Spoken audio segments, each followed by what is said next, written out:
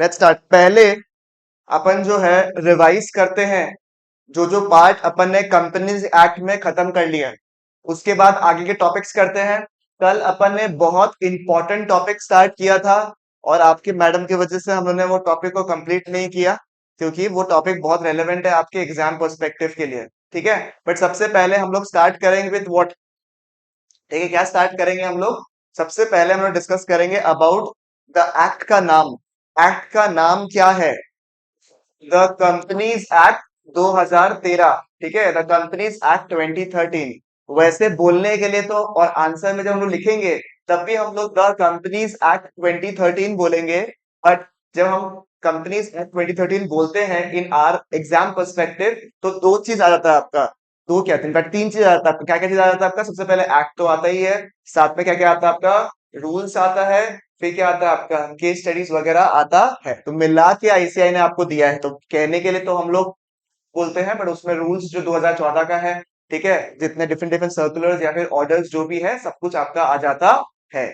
Section number 1 जो है, section number 1 of any of the act, section number 1 talks about the applicability of the act. ठीक है, तो the companies act जो है it is applicable where? To the whole of India except the state of.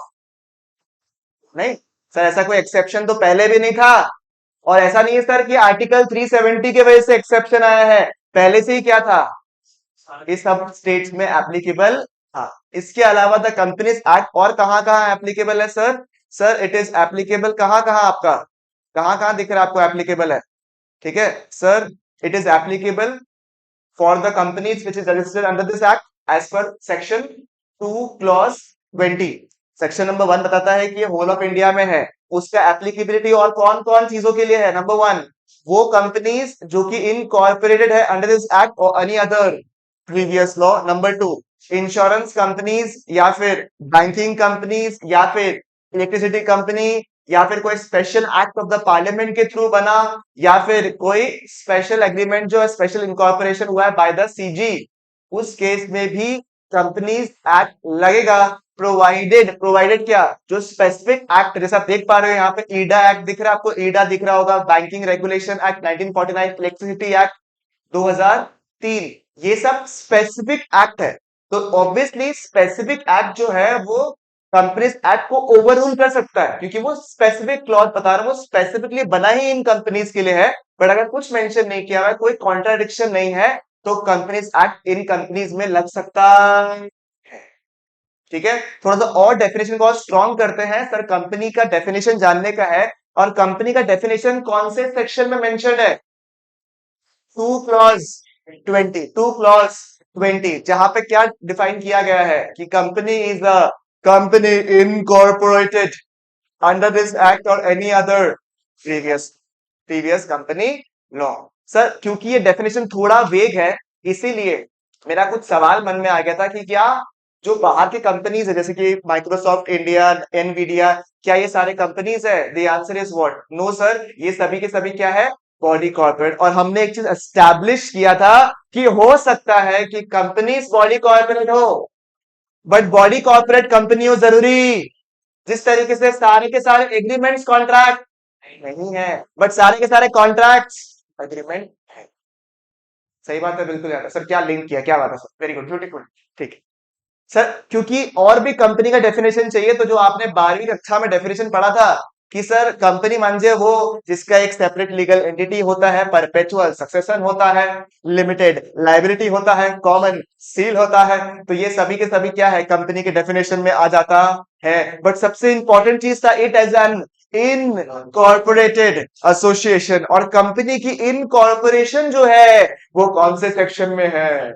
Section number 7 में defined है। The incorporation किस तरीके से कंपनी का जन्म हो जाएगा उसके बारे में कहा मेंशन किया हुआ सेक्शन नंबर 7 में। बट उसके पहले सर कुछ फीचर्स हमें पढ़ना है, कुछ कैरेक्टरिस्टिक्स पढ़ना है of the company. Number 1 is what? Separate legal entity. Sir separate legal entity म्हणजे क्या? Sir what is the meaning of separate legal entity? Sir company अलग है, सर कंपनी अलग है और मेंबर्स अलग है। ठीक है, कंपनी अलग है और मेंबर्स अलग है। Company is an artificial person, आपको याद होगा ना सर। ये जो कंपनी अलग है और जो आपका मेंबर्स अलग है। ये कैसे होता है सर कि कंपनी अपना खुद का बैंक अकाउंट रख सकता है, प्रॉपर्टीज खरीद सकता है, उसके खिलाफ case, it can be sued, it can sue, उसके ऊपर आप केस कर सकते हो, उसके खिलाफ भी केस हो सकता है। सही बात है बिल्कुल यहां तक। सर कैसे सेपरेट होता है? क्योंकि कंपनी का खुद के रूल्स है, खुद के ऑब्जेक्ट्स है, रिटन इन MOAN, जिसको हम लोग प्यार से बोलेंगे Mahua and Mahua, that separates the company from its. ये समझ में आएगा। इसमें बहुत बड़ा केस आया था, वो क्या था? मकौड़ा, मकौड़ा versus northern assurance company limited. वापस एक बार, मकौड़ा versus northern assurance company limited. इसमें क्या बताया था कि मकौड़ा साहब जो था, उन्होंने इंश्योरेंस जो है अपने कंपनी की जगह अपने नाम पे कर लिया। तो जो इंश्योरेंस कंपनी ने क्लेम के वक्त में क्या कहा कि मकौड़ा साहब, आपका कोई कुछ गड़बड़ हो गया, आपका कुछ डिस्ट्रक्शन हो गया, तो हम आगे आ जाएंगे हेल्प करने के लिए, पर आपकी कंपनी का इंश्योरेंस का क्लेम हम कर सकते नहीं है, क्योंकि कंपनी अलग है और आप अलग हो, and you don't hold any insurable interest in the company. इसीलिए सेपरेट लीगल एंटिटी का कॉन्सेप्ट आया और मकोड़ा जी। ठीक है, नेक्स्ट, परपेचुअल सक्सेशन, मैन में कम बट मैन में go but company goes on. कि कंपनी, लोग आते रहेंगे, लोग जाते रहेंगे, बाहर बनो, बट मोदी जी और कंपनी चलते ही रहेगा। अरे क्या, क्या पॉलिटिकल प्रोपेगेंडा था, वाह वाह वाह। ठीक है, वेरी नाइस। ठीक है, अरे नहीं, मन में अच्छा विश्वास रखो। ठीक है, मन की बात सोचो, सब सही है। ठीक है, नेक्स्ट क्या है? Limited liability. सर लाइबिलिटी जो है कंपनी की वो क्या है? सर लिमिटेड तो है, बट आपने तो हमें कहा था कि कंपनी की लाइबिलिटी अनलिमिटेड भी हो सकती है। तो सर आप अगर बोल रहे हो कि अनलिमिटेड लाइबिलिटी है, तो इसमें जनरल फीचर में लिमिटेड कैसे लिख दिया इन्होंने? अनलिमिटेड ओनली स्पेशल केसेस, मतलब वो कौन सा केस होगा, क्या होगा? चलिए शुरू करते हैं। ठीक है, लिमिटेड लाइबिलिटी जो है वो कौन सा होता है? Limited by shares, limited by guarantee and unlimited company. Limited by shares म्हणजे जब तुम्हारा लाइबिलिटी है for the unpaid value of shares. अगर आपका 10 रुपए का शेयर है, 4 रुपया पेमेंट बाकी है, तो आपकी मैक्सिमम लाइबिलिटी कितनी की है? ठीक है, चलेगा। गारंटी में क्या होता है सर? आप एक गारंटी अमाउंट कह देते हो जो कि कंपनी रिकवर कर सकता है, कब? At the time of what? Winding up. At the time of what? ठीक है, काम करो, उसको बंद कर दो गेट्स को। ठीक है, चलेगा बिल्कुल यहां तक। नेक्स्ट क्या है आपका? Artificial legal person. ध्यान रखिएगा, आर्टिफिशियल लीगल पर्सन का ये मतलब नहीं है कि वो एक फिक्टिशियस पर्सन है। फिक्टिशियस पर्सन मतलब काल्पनिक पर्सन जिसका एग्जिस्टेंस होता नहीं है। बट आर्टिफिशियल पर्सन जो होता है उसका एक लीगल स्टैंडिंग होता है, because artificial person are created by law. Artificial person are created by law, इसलिए they can enter into a bank account, they can enter into a property transaction. In fact artificial person दूसरे company को भी खरीद सकता है। ठीक है, बस खाली वो 2 बार सू नहीं कर सकता है, केवल एक बार सू कर सकता है। ठीक है, चलेगा बिल्कुल यहां तक, पक्की बात, श्योर। Next, common seal. क्या कॉमन सील मैंडेटरी है? नहीं सर, कॉमन सील मैंडेटरी नहीं है। Provided what? सर अगर 2 डायरेक्टर्स ने साइन कर दिया या फिर एक कंपनी सेक्रेटरी एंड 1 डायरेक्टर, उस केस में कॉमन सील मैंडेटरी नहीं है। ये था आपके 5 फीचर्स ऑफ अ कंपनी। मेरे हिसाब से आधा नींद मुझे आपको उठाए तो आपको आ जाना चाहिए। नेक्स्ट एक पर्दा है। पर्दा किसके बीच में? कंपनी और मेंबर के बीच में क्या है? कंपनी और मेंबर के बीच में क्या है? पर्दा है सर, पर्दा। ठीक है, जो कि कंपनी और मेंबर्स को अलग अलग करता है। कंपनी और मेंबर्स के बीच में क्या है? पर्दा है। इसीलिए सेपरेट लीगल एंटिटी कॉन्सेप्ट है, because there's a wheel in between the company and the shareholder। इसमें बहुत फेमस केस स्टडी है, सैलमन वर्सेस सैलमन, जिसको हम लोग प्यार से बोलेंगे salmon versus salmon company limited. Salmon and company limited, इसमें याद है आपको? सैलमन साहब ने कंपनी बनाया, सैलोमन एंड कंपनी लिमिटेड। जब उसने कंपनी बनाया तो जितने भी अपने एसेट्स थे उसको ट्रांसफर कर दिया, किसको? सैलोमन एंड कंपनी लिमिटेड को। अब से एसेट्स ट्रांसफर किया तो बदले में कंपनी से कुछ लेगा नहीं लेगा? क्या क्या लेगा सर? वो शेयर्स देगा। क्या क्या लेगा वो? शेयर्स लेगा। क्या लेगा? शेयर्स दिया, साथ में और भी कुछ लिया क्या? सर वो सिक्योर्ड डिबेंचर्स भी इशू करवाया और कैश भी दिया। जब कंपनी का दिवाला निकला, कंपनी का दिवाला निकला, तो दिक्कत क्या हो गया, वो as a capacity of the share holder, नहीं शेयर होल्डर गया, सिक्योर डिबेंचर कैपेसिटी में गया कि भाई लोग पहले पैसा कुछ मिलेगा। मतलब क्या बात, कंपनी आपका है और जो थोड़े बहुत है वो भी आपके फैमिली मेंबर्स को दिए हुए हैं। कंपनी तो आपका ही है, आप भी तो मालिक हो। अब आप एज अ सिक्योर्ड डिबेंचर यहाँ पे आके वैल्यू नहीं ले सकते। तो कंपनी ने क्या बोला, मान लिया कि सैलमन साहब जो है वो कंपनी की मेजर शेयर होल्डर है, but as per the corporate veil theory, as per the separate legal entity concept, company और उसके मेंबर्स अलग अलग है। इसलिए मैं अभी अभी मैं इसको देख रहा हूं ना, तो मैं सलमान साहब को एज अ शेयर होल्डर नहीं देख रहा हूं, मैं उसे as a secured debenture holder दे रहा हूं। तो एज पर रूल्स पहले पेमेंट किसको किया जाएगा, सिक्योर्ड मेंबर्स को। तो इसलिए कौन जीता, सैलमैन साहब जीत गए थे। चलेगा बिल्कुल यहां तक पक्की बात कि कंपनी अपना एक रियल कंपनी है जो अपने लीगल फॉर्मेलिटीज को पूरा कर रहा है, मेंबर्स की आइडेंटिटी सेपरेट है from its members and hence उनको प्रायोरिटी में पे किया जाएगा। बट कभी कभी अगर आपने इसी लॉ का गलत फायदा उठाया तो पर्दा क्या हो जाएगा, उठ जाएगा, ताकि पीछे का सही चेहरा, वो दरिद्र वाला चेहरा देख सके। इसे हम लोग प्यार से क्या कहेंगे, as the lifting of the corporate विंग। सर लिफ्ट कब होता है कॉर्पोरेट विंग, सबसे पहला पॉइंट क्या है, to determine the true character of the, to determine the true character of the company. Sir case study का नाम, Daimler company limited versus not Continental, मेरी तरफ से नॉर्थ एश्योरेंस लिखा था, पता नहीं कैसे, ठीक है, Daimler company limited versus continental tyre and, चार चार नंबर, चार नाम है, उसको तुम 3 बार देख चुका है, बेसर भी कहा होता है, बता नाम।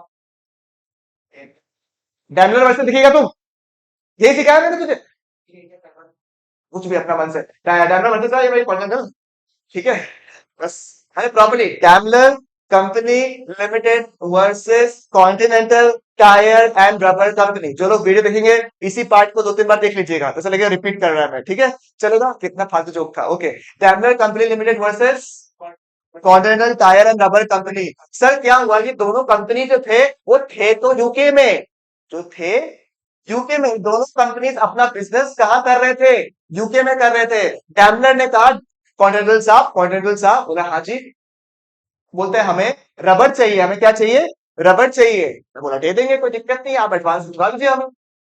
डैमलर कंपनी लिमिटेड ने अपना एडवांस भिजवा दिया। कॉन्टिनेंटल बोला रुको रुको रुको जरा, ठहरो जरा, हमें देखना है क्या कि कंपनी जो है उसका ओरिजिन कैसा है, कंपनी का ओरिजिन कैसा है, मतलब सर हम ये जानना चाहते हैं कि आपके कंपनी में जितने भी अफेयर्स होते हैं वो कंट्रोल कौन करता है। डैमलर बोलता कैसी बातें कर रहे हैं सर, हम लोग यूके में काम कर रहे हैं, इतने सालों से यूके में काम कर रहे हैं, हम यूके वाली कंपनी है, आपको ऐसा क्यों जानना है। बोलता है क्योंकि साहब यूके और जर्मनी के बीच में क्या चल रहा है, वॉर चल रहा है, और आपने शायद इंडियन कॉन्ट्रैक्ट एक्ट पढ़ा नहीं है, but trading with an enemy country is void ab initio, that means it is the invalid contract, right, सही बात है बिल्कुल यहां तक। सर अगर बाई चांस ऐसा हुआ सर कि मैं जर्मनी के साथ में डील कर रहा था और अब जाके 2 महीना बाद में जर्मनी के साथ में वॉर हो गया, अब वो कॉन्ट्रैक्ट क्या हो जाएगा, वॉइड, ठीक है, it has become a void contract, it has become a void contract.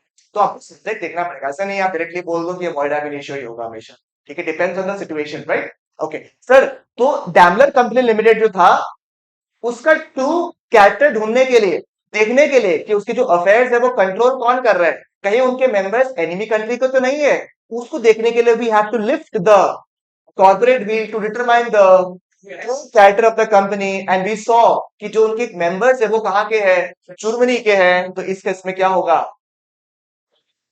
Daimler जो है वो केस हार जाएगा। Next, to protect the revenue and tax, Dinshaw याद है क्या आपको, डिंशो, डिंशो मैनेजी पैकेट, मुखर्जी पैकेट नहीं, डिंशो मैनेजी, ठीक है, मैनेजी, मैनेजी में डबल ही है, देखना मैनेजी में क्या है, डबल ही। सर रोज आप नया नया कुछ बता रहे हो ताकि हमें याद हो जाए, यही तो स्टाइल है। डिंशो मैनेजी पैकेट, ये भाई साहब जी ने क्या किया, उन्होंने बोला बहुत कमाई हो गया डिविडेंड से, 1 करोड़ रुपए की कमाई हो गई, एग्जाम्पल, ठीक है, क्यों ना मैं 5 कंपनी बना दूं, वैसे भी मेंबर्स अलग है और कंपनी अलग है, और सब में 2 लाख रुपए जो भी अमाउंट है 20-20 लाख रुपए डाल दे, अज्यूम करते हैं कि 20 लाख तक कोई भी टैक्स नहीं लग रहा है, तो पांचों कंपनीज में कोई भी टैक्स नहीं लगेगा और मैं ले लूंगा पैसे लोन के फॉर्म में वापस ले लूंगा, कोई टेंशन वाली बात नहीं है। क्या ऐसा आप जो कर रहे हो वो आप सच में कंपनी फॉर्म करके काम करने के लिए कर रहे हो? नहीं सर, ये रियल कंपनी था ही नहीं, इसका इंटेंशन काम करने का था ही नहीं। इसे क्रिएट क्यों किया गया? ताकि आपका रेवेन्यू चोरी हो सके, टैक्स की चोरी हो सके। उस केस में lifting of the corporate wheel करोगे और देखोगे कि पीछे कौन है, और हमें पता चला कि सब कुछ एक ही है। मैनेज जी का साथ के लिए 5 कंपनी क्रिएट किया गया है, तो lifting of the corporate veil कर दिया जाएगा। Next, to avoid legal obligation, सबसे टफ केस स्टडी यही था, याद है ना? एसोसिएटेड रबर कंपनी लिमिटेड इस तरफ का है, पर प्लेंटिफ कौन है? Workman of associated rubber industry limited. Sir इसमें क्या हुआ था? सर इसमें हुआ ऐसा था कि एसोसिएटेड रबर कंपनी ने कहा, हे वर्कमैन साहब, हम आपको बोनस देंगे। सारे वर्कमैन बड़े खुश हो गए कि हमें बोनस मिलेगा, बोनस मिलेगा। बोनस किसके ऊपर मिलता है? On the amount of profit. किसके ऊपर मिलता है? On the amount of profits earn. सब प्रॉफिट आएगा तो जो बिजनेस का प्रॉफिट आया वो भी आया। और एसोसिएटेड रबर कंपनी लिमिटेड का, इंडस्ट्री लिमिटेड का कुछ इन्वेस्टमेंट्स भी थे, तो बदले में क्या मिलेगा मेरे को? डिविडेंड भी मिल गया। एसोसिएटेड रबर कंपनी ने सोचा कि यार अगर मुझे डिविडेंड के ऊपर भी बोनस देना पड़ेगा तो मेरा अच्छा खासा लीगल ऑब्लिगेशन हो जाएगा, क्यों ना मैं एक नया कंपनी बनाऊं से सी, और सारे के सारे शेयर्स उसके पास में ट्रांसफर। तो बाय डिफॉल्ट सारे के सारे डिविडेंड किसको मिलेंगे? सी को। और तो मैं कुछ कमा ही नहीं रहा हूं, मुझे बोनस देने की आवश्यकता नहीं है। तो इसमें हाई कोर्ट साहब ने या कोर्ट ने क्या कहा कि आपने ये जो काम किया है इसीलिए किया है ताकि आपको सरप्लस के ऊपर में बोनस ना देना पड़े। इस केस में भी lift the corporate veil to determine whether the company is made for doing out real business or it is just made to avoid the legal obligation। और इस केस में since the company was formulated just to avoid the legal obligation, lifting of the corporate bill is absolutely valid. चलेगा बिल्कुल यहां तक? Next चलेगा क्या? नहीं? ठीक है सर, इसमें बहुत ब्यूटीफुल लैंग्वेज लिखा हुआ, जजमेंट एक बार देखो आप लोग। Almost same, almost same, almost same है, सब सब कुछ ऑलमोस्ट सेम है। लैंग्वेज जो है, कॉमन लैंग्वेज बोला था ना आपको, ये टॉपिक बहुत इंपॉर्टेंट है, तो कॉमन लैंग्वेज बना लो। मोटा मोटी 90% का आंसर क्या बताया गया, एक्सेप्ट कैरेक्टर वाला चीज को लेके। ठीक है कि नॉर्मली कंपनी जो है वो कोई रियल बिजनेस कर ही नहीं रहा है। It is not created for carrying out a normal business, it is just created to avoid taxes, to protect the revenue, to avoid legal obligation, or to just grant the license, whatever it is। ठीक है, और उसका कोई other और काम कर रहा नहीं है।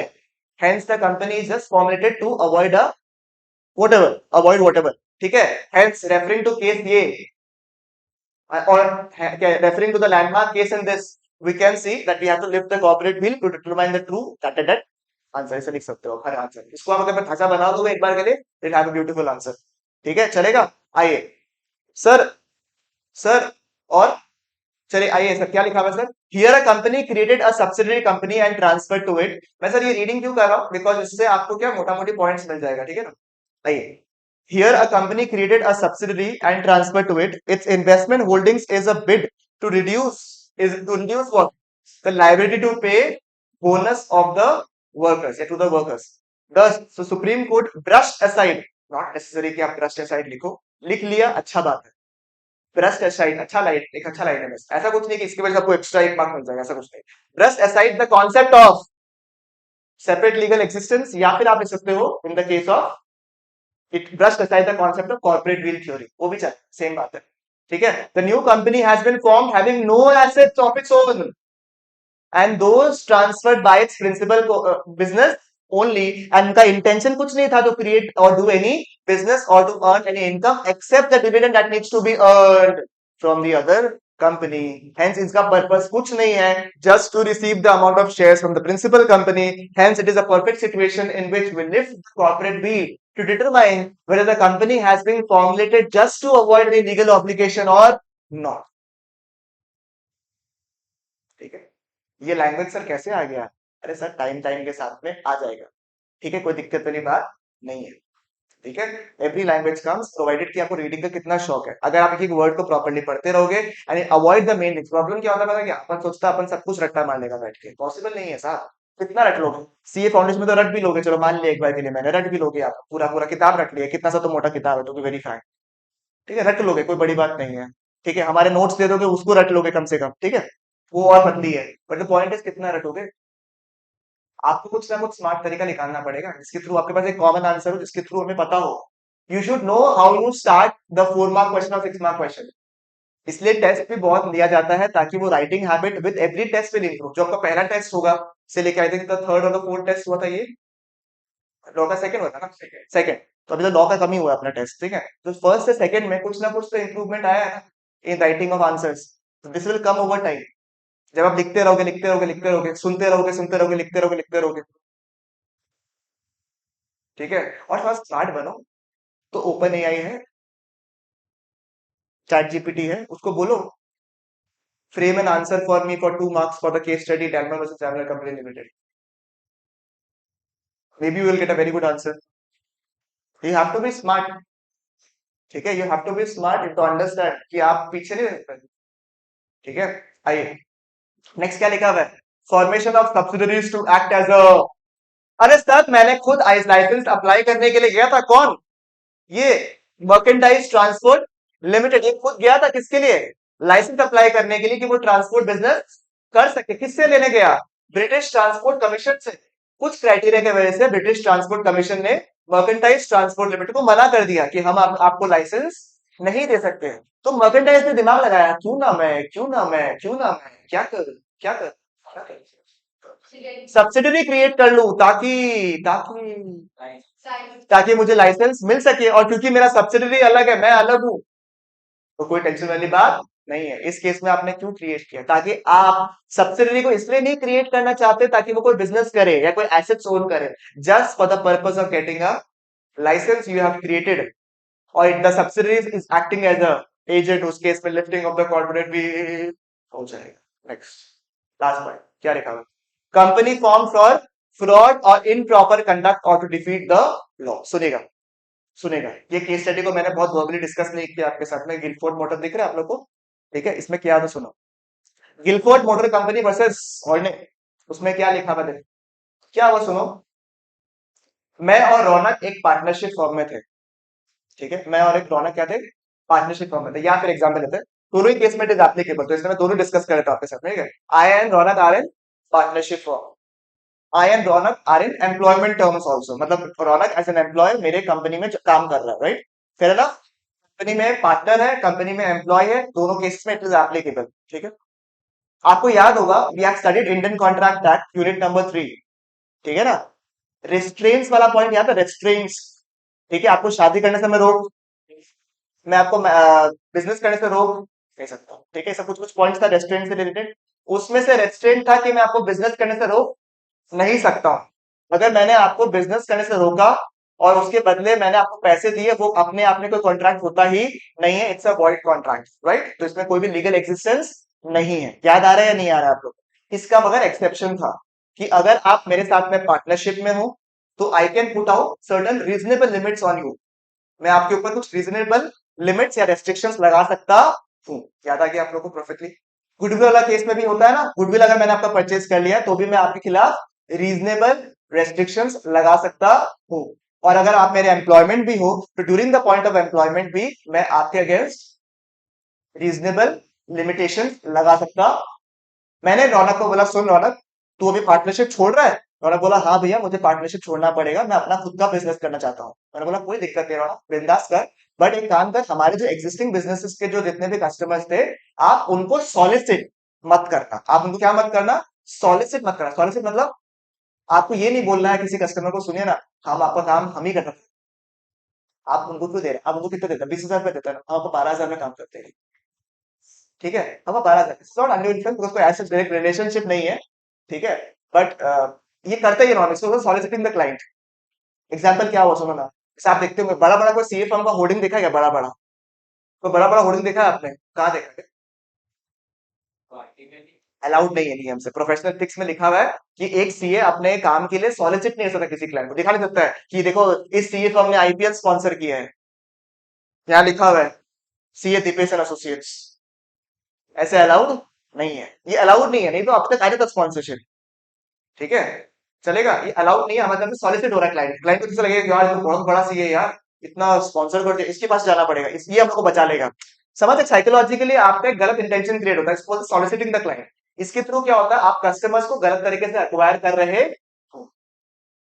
रौनक ने सोचा, रौनक को मैंने बोला कि आप देखो एम्प्लॉयमेंट आप छोड़ रहे हो, आप पार्टनरशिप छोड़ रहे हो, बट आप हमारे एग्जिस्टिंग कस्टमर्स जो थे उनको आप सॉलिसिट नहीं करोगे। ठीक है, रौनक ने बेचारा पहले हाथ पांव मारा 2-3 महीना, उसने बहुत क्लाइंट वाइंट को ढूंढने की कोशिश किया, पर उसको कोई भी क्लाइंट मिला नहीं।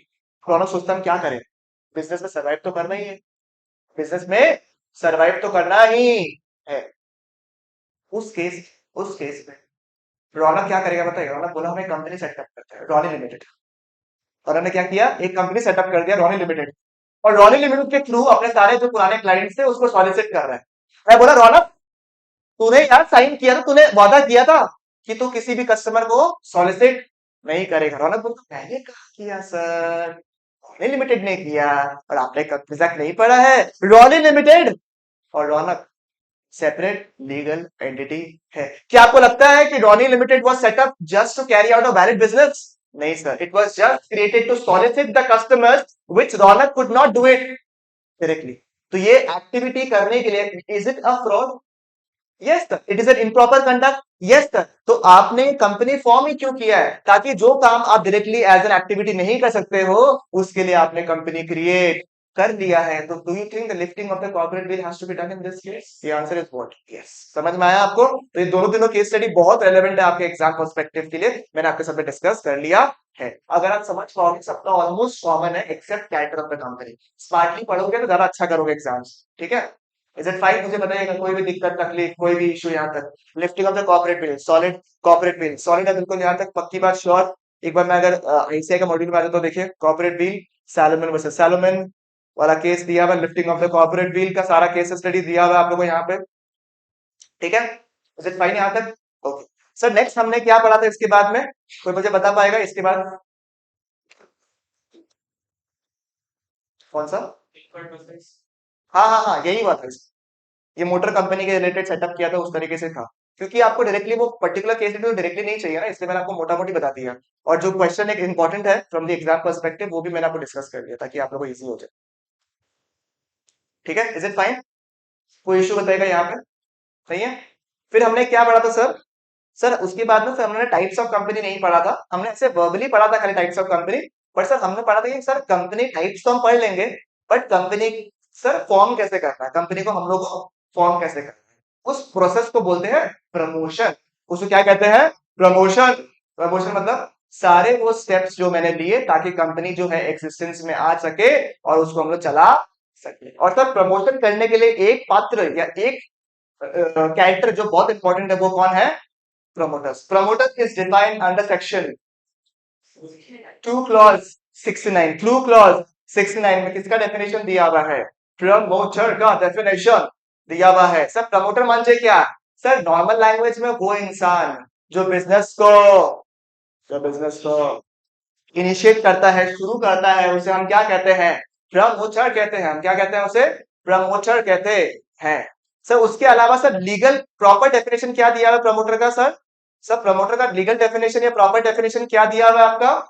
सब प्रमोटर वो है, सब प्रमोटर वो है जो जिसका नाम कहाँ लिखा हुआ है?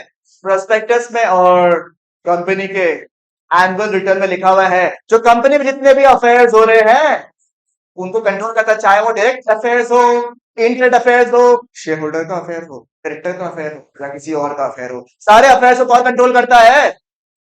प्रमोटर करता है। और जिसके इशारों में नाचता है, मतलब कि जिसके एडवाइस, इंस्ट्रक्शन एंड डायरेक्शंस में डायरेक्टर्स को मानना ही पड़ेगा, उन्हें हम कहते हैं प्रमोटर। बट अगर एक सीए है, एक लॉयर है जो अपना प्रोफेशनल कैपेसिटी में कंपनी के इनकॉर्पोरेशन में इन्वॉल्व है, उसे हम प्रमोटर नहीं कहते। ये मतलब क्लियर है बिल्कुल। प्रमोटर्स का function is very very simple sir.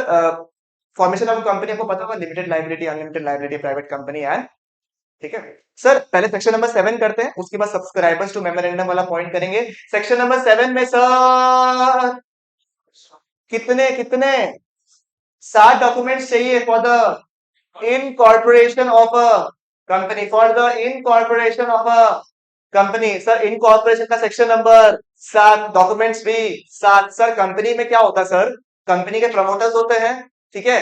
Company जो है एक फॉर्म भरता है, कंपनी को एक फॉर्म भरना पड़ता है, उस फॉर्म का नाम क्या है, फॉर्म का नाम क्या है, स्पाइस, ठीक है सर। रूल नंबर 38 में लिखा हुआ है स्पाइस का।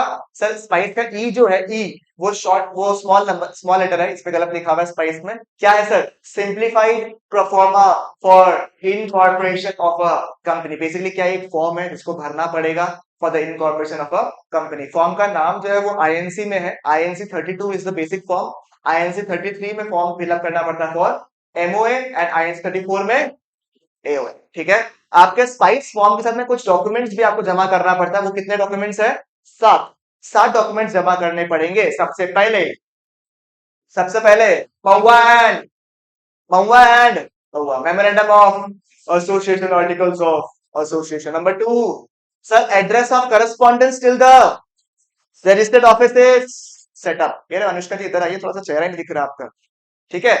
Address of correspondence till the registered office is establish. Number 3 particulars, 3 particulars है, क्या क्या सर, पर्टिकुलर्स में चाहिए नाम, surname, residential address, nationality of the subscribers to the memorandum. Sir subscribers to the memorandum कौन होता है, जो शुरू शुरू में उनकी किताबों में नाम लिखा जाता है। मैंने दिखाया था आपको मेमोरेंडम ऑफ एसोसिएशन, वहां पे initial subscribers to the memorandum याद है ना, रिलायंस लिमिटेड दिखाया था आपको मैंने, वहां पे आपको मैंने क्या दिखाया था, initial subscribers. Sir minimum subscribers कितना चाहिए होता है प्राइवेट कंपनी के लिए और पब्लिक कंपनी के लिए, ठीक है। इसके अलावा सब पर्टिकुलर्स चाहिए, वही सेम नाम, surname, residential address, nationality of the first directors. उसके बाद में सर इन डायरेक्टर्स का कहीं और इंटरेस्ट तो नहीं है, interest sir, yes sir interest है, नहीं दूसरे कंपनी में भी क्या वो एक डायरेक्टर है, ठीक है। और उसका कंसेंट देना पड़ेगा कि he is willing to act as a director.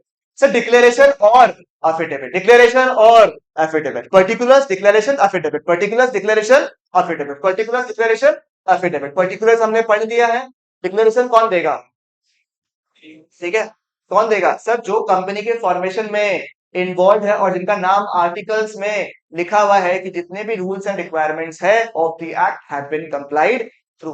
Affidavit थोड़ा और तगड़ा डॉक्यूमेंट है। एफिडेविट कौन देगा सर, सब्सक्राइबर और सारे डायरेक्टर्स नहीं, फर्स्ट डायरेक्टर्स देगा, ठीक है। कि क्या, कि सर जितना भी सर मैं प्रमोशन, फॉर्मेशन एंड मैनेजमेंट के थ्रू कभी भी कन्विक्टेड नहीं हूं, मतलब कोई भी मैंने गलती, कोई ऑफेंस मैंने किया नहीं है in relation to trade, formation, promotion and management. Sir मेरे खिलाफ कोई भी केस नहीं चल रहा है for breach misfeasances of duty for the last 5 साल, और सारे डॉक्यूमेंट्स जो मैंने सबमिट किया वो सी है, सीसीटी मतलब कंप्लीट, करेक्ट एंड ट्रू। ये सारे के सारे डॉक्यूमेंट्स को आप लेके जाओगे, जियो रे बाहुबली किसको देगा, registrar of companies, registrar of company सारे डॉक्यूमेंट्स को चेक करेगा और कोई इशू करेगा, कोई मिल गए, कोई मतलब certificate of incorporation, COI, certificate of, and आपका एक स्पेशल नंबर आएगा जिसे आधार नंबर आता है, उसे हम लोग क्या कहते हैं, सिंध, ठीक है, कोई सिंध, ठीक है, कोई मतलब सर्टिफिकेट ऑफ इनकॉर्पोरेशन, सिंध मतलब company identification number. But sir अगर आप स्पेशल कुछ काम कर रहे हो जहां पे रेगुलेटरी ऑथोरिटीज का भी रिक्वायरमेंट है, सर क्या क्या क्या फास्ट बोल रही है सर, रेगुलेटरी ऑथोरिटीज का मतलब क्या हो, सोचो मैं बैंक खोल रहा हूं, ठीक है, सबका भला हो बैंक,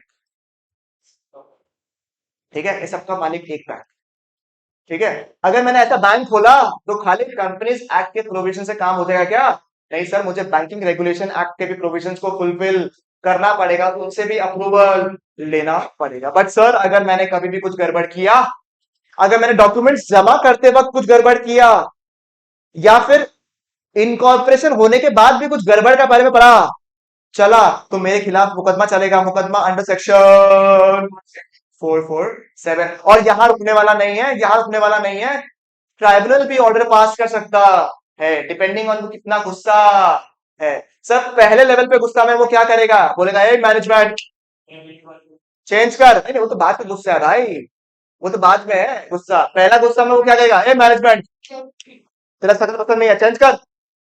ऐसे नहीं करेगा, समझ में आ गया? मैनेजमेंट को क्या बोलेगा, चेंज कर, या फिर changes in Mahua and Mahua. Second number गुस्सा में क्या बोलेगा, आज से तेरी लाइब्रेरी अनलिमिटेड। नंबर थ्री, नाम ही हटा दिया तुमने रजिस्टर ऑफ कंपनीज, बंद करने के लिए आपको ऑर्डर दे सकता है, या फिर any decision which it deems to be fit. But ठीक है, जब भी ऐसा डिसीजन लेने वाला हो, उसके पहले क्या करना पड़ेगा, ठीक है, आपको सुनवाई देना पड़ेगा, मतलब opportunity of being, O O B H. ठीक है, और फिर देखना है कि सारा ट्रांजेक्शन को देखना है, उसके बाद एक प्रॉपर डिसीजन लेना। डन, क्लियर है बिल्कुल यहाँ तक, पक्की बात, श्योर हो 100% यहाँ तक, कोई इशू? उसके बाद में डिस्कस किया था about the MoA as the समहुआ, मतलब मेमोरेंडम ऑफ एसोसिएशन। सर ये इंपॉर्टेंट है क्या? हाँ सर, बहुत इंपॉर्टेंट है। ठीक है, सेक्शन नंबर कौन सा, किसी को याद है क्या? महुआ का सेक्शन नंबर 399 था, सेक्शन नंबर 399 है। महुआ का सेक्शन नंबर 12, देखो बुक में देखो कौन सेक्शन नंबर, अगर आपको याद नहीं है तो तब तो मैं यहाँ निकाल के दे देता हूँ आप लोगों को। ठीक है, वो रिटर्न नोट्स में था, इसलिए मेरे को यहाँ से निकालना पड़ रहा है आप लोगों को। हाँ हाँ, खेलो खेलो खेलो। बुक नहीं ला रहा तुम, एकदम हाई लेवल ऑफ बेशरम। कल बोला था मैंने चिल्ला चिल्ला के, बुक ले आना, बुक ले आना, बट मेरा गले का क्या वैल्यू है?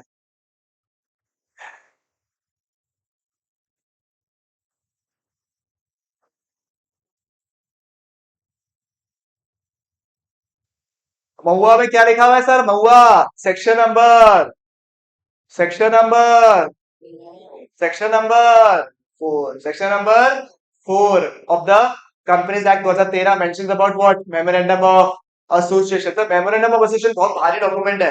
क्या है सर? बहुत भारी डॉक्यूमेंट है। भारी डॉक्यूमेंट क्यों सर, क्या वेट बहुत ज्यादा है? नहीं सर, इसका वैल्यू बहुत ज्यादा है, क्योंकि ये कंपनी की ऑब्जेक्ट्स के बारे में बताता है, कंपनी के पावर्स के बारे में बताता है। मेमोरेंडम ऑफ एसोसिएशन ये चार्टर है, चार्टर सबसे highest document of a company. इसके ऊपर एक ही वो क्या है, द कंपनीज एक्ट, मतलब हायरार्की में सबसे ऊपर क्या, कंपनीज एक्ट, फिर क्या, महुआ, फिर क्या, महुआ।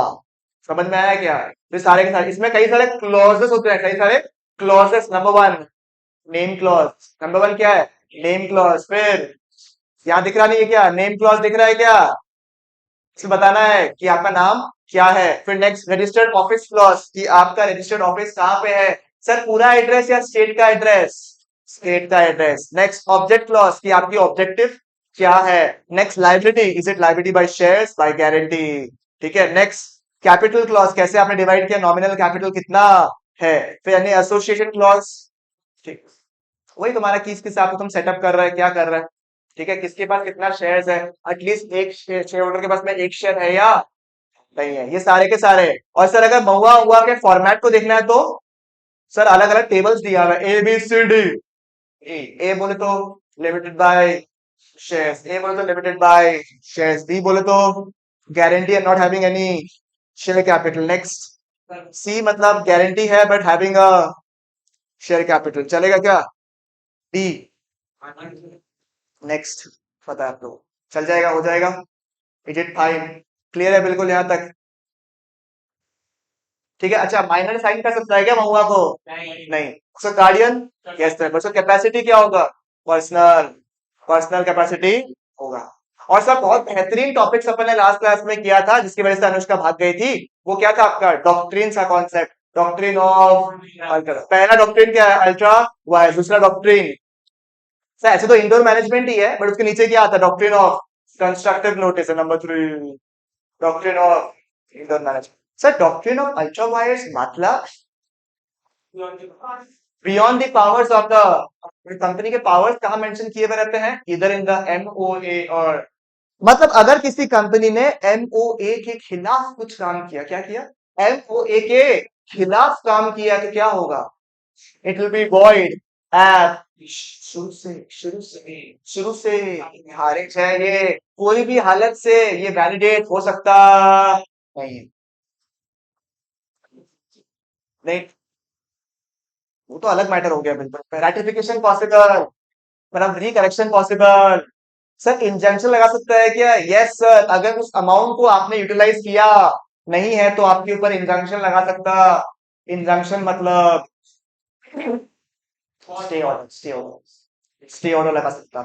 ठीक है, चलेगा। और इस केस में तो डायरेक्टर पर्सनली लायबल हो जाता है। बट सर अगर एओई के बियॉन्ड आप गया है तो वैसे तो वो भी वॉइड होता है। बट एक एक्सेप्शन है कि अगर उस एओए के बियॉन्ड आप गया हो, बट अगर आपने स्पेशल रेजोल्यूशन पास करवा दिया है तो हो सकता है कि वो वैलिडेट हो जाए।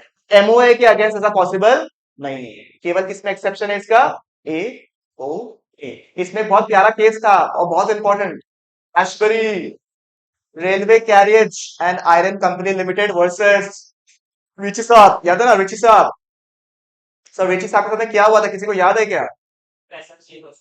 सर ऐसा था कि रिची साहब को पैसे चाहिए थे, फाइनेंशियल लोन चाहिए था उनको। उन्होंने ऑब्जेक्ट क्लॉज पढ़ा किसका?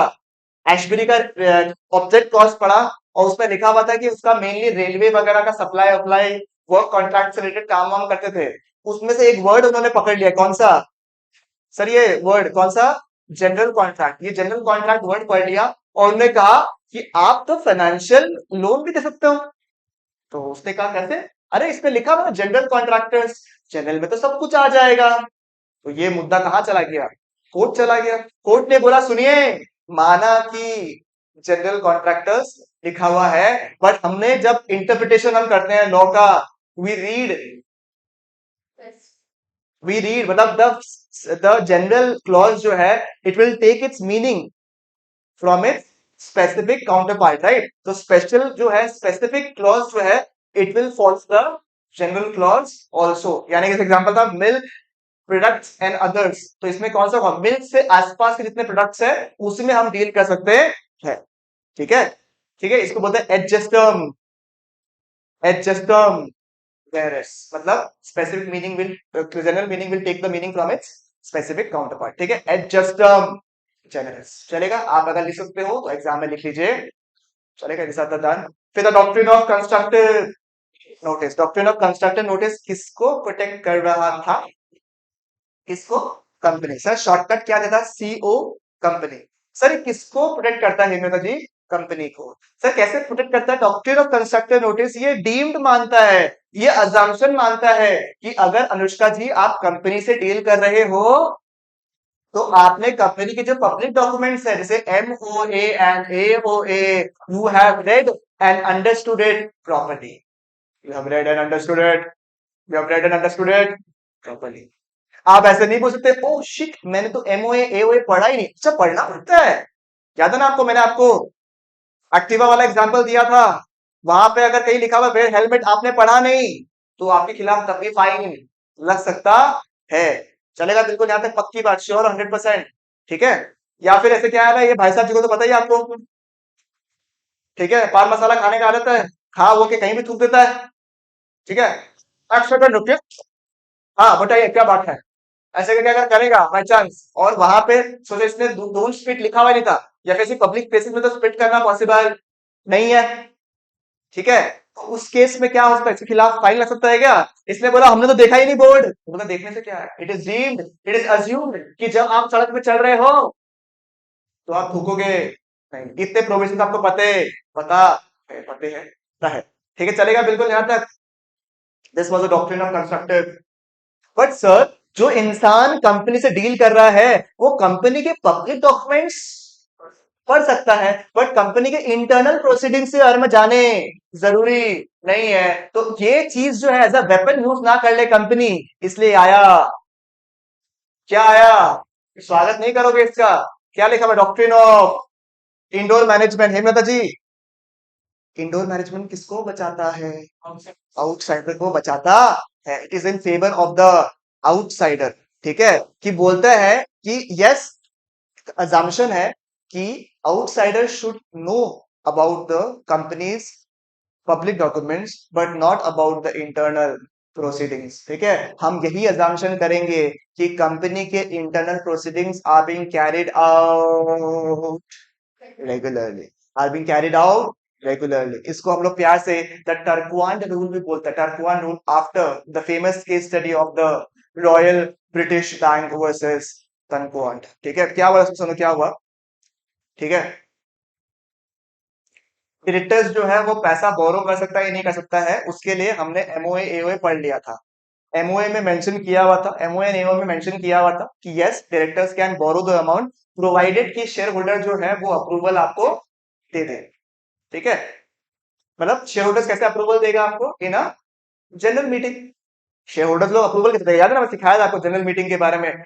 ऑर्डिनरी रेजोल्यूशन, स्पेशल रेजोल्यूशन, याद है ना आप लोग को? 50% ऑर्डिनरी रेजोल्यूशन, 75% या 3/4 स्पेशल रेजोल्यूशन। तो बोलते हैं कि डायरेक्टर्स लोग पैसा बोरो कर सकता है, रुपया मांग सकता है, ले सकता है, प्रोवाइडेड व्हाट, शेयर होल्डर्स का अप्रूवल आए, यानी it is pass in the general meeting. Normally हम लोग क्या assumption करेंगे कि कंपनी का जनरल मीटिंग हो चुका होगा, नॉर्मली जो टाइम से होना चाहिए उस समय हो गया होगा। बट प्रॉब्लम क्या हुआ पता है क्या? कंपनी की जनरल मीटिंग नहीं हुई। अब वो बोल रहा है कि हम तो आपको कंपनी का पैसा नहीं दे सकेंगे because doctrine of constructive notice, आपको कंपनी के इंटरनल वर्किंग्स के बारे में पता रहना चाहिए था। जीएम पास हुआ नहीं है, तो we are not liable to pay any form of amount. क्या उन्होंने सही कहा है? नहीं सर, उन्होंने बोलेगा डॉक्ट्रिन ऑफ इंडोर मैनेजमेंट, मुझे कंपनी के एमओए एंड एओए पढ़ने हैं, मैंने पढ़ा है, उसमें लिखा हुआ है कि डायरेक्टर्स के पास ऑथराइजेशन है। मैं कैसे जानूंगा आपके इंटरनल वर्किंग के बारे में कि आपके कंपनी में जनरल मीटिंग पास हुआ है या नहीं है? उस केस में the doctrine of indoor management will be applicable. समझ में आया क्या? चल ठीक है सर, थोड़ा सा और प्यार से पढ़ा दोगे तो और मजा आ जाएगा। ठीक है सर, एओए को तो पढ़ाया ही नहीं है आपने, ओके सॉरी, अभी पढ़ा देंगे। ये देखो लिखा हुआ दिख रहा है आपको? Mr. Turkwan was the official manager of the insolvent Cameron Coal Steam, Coal and Sway जो भी है, ठीक है। It was incorporated under the joint stock company, सब कोई important नहीं है अपना।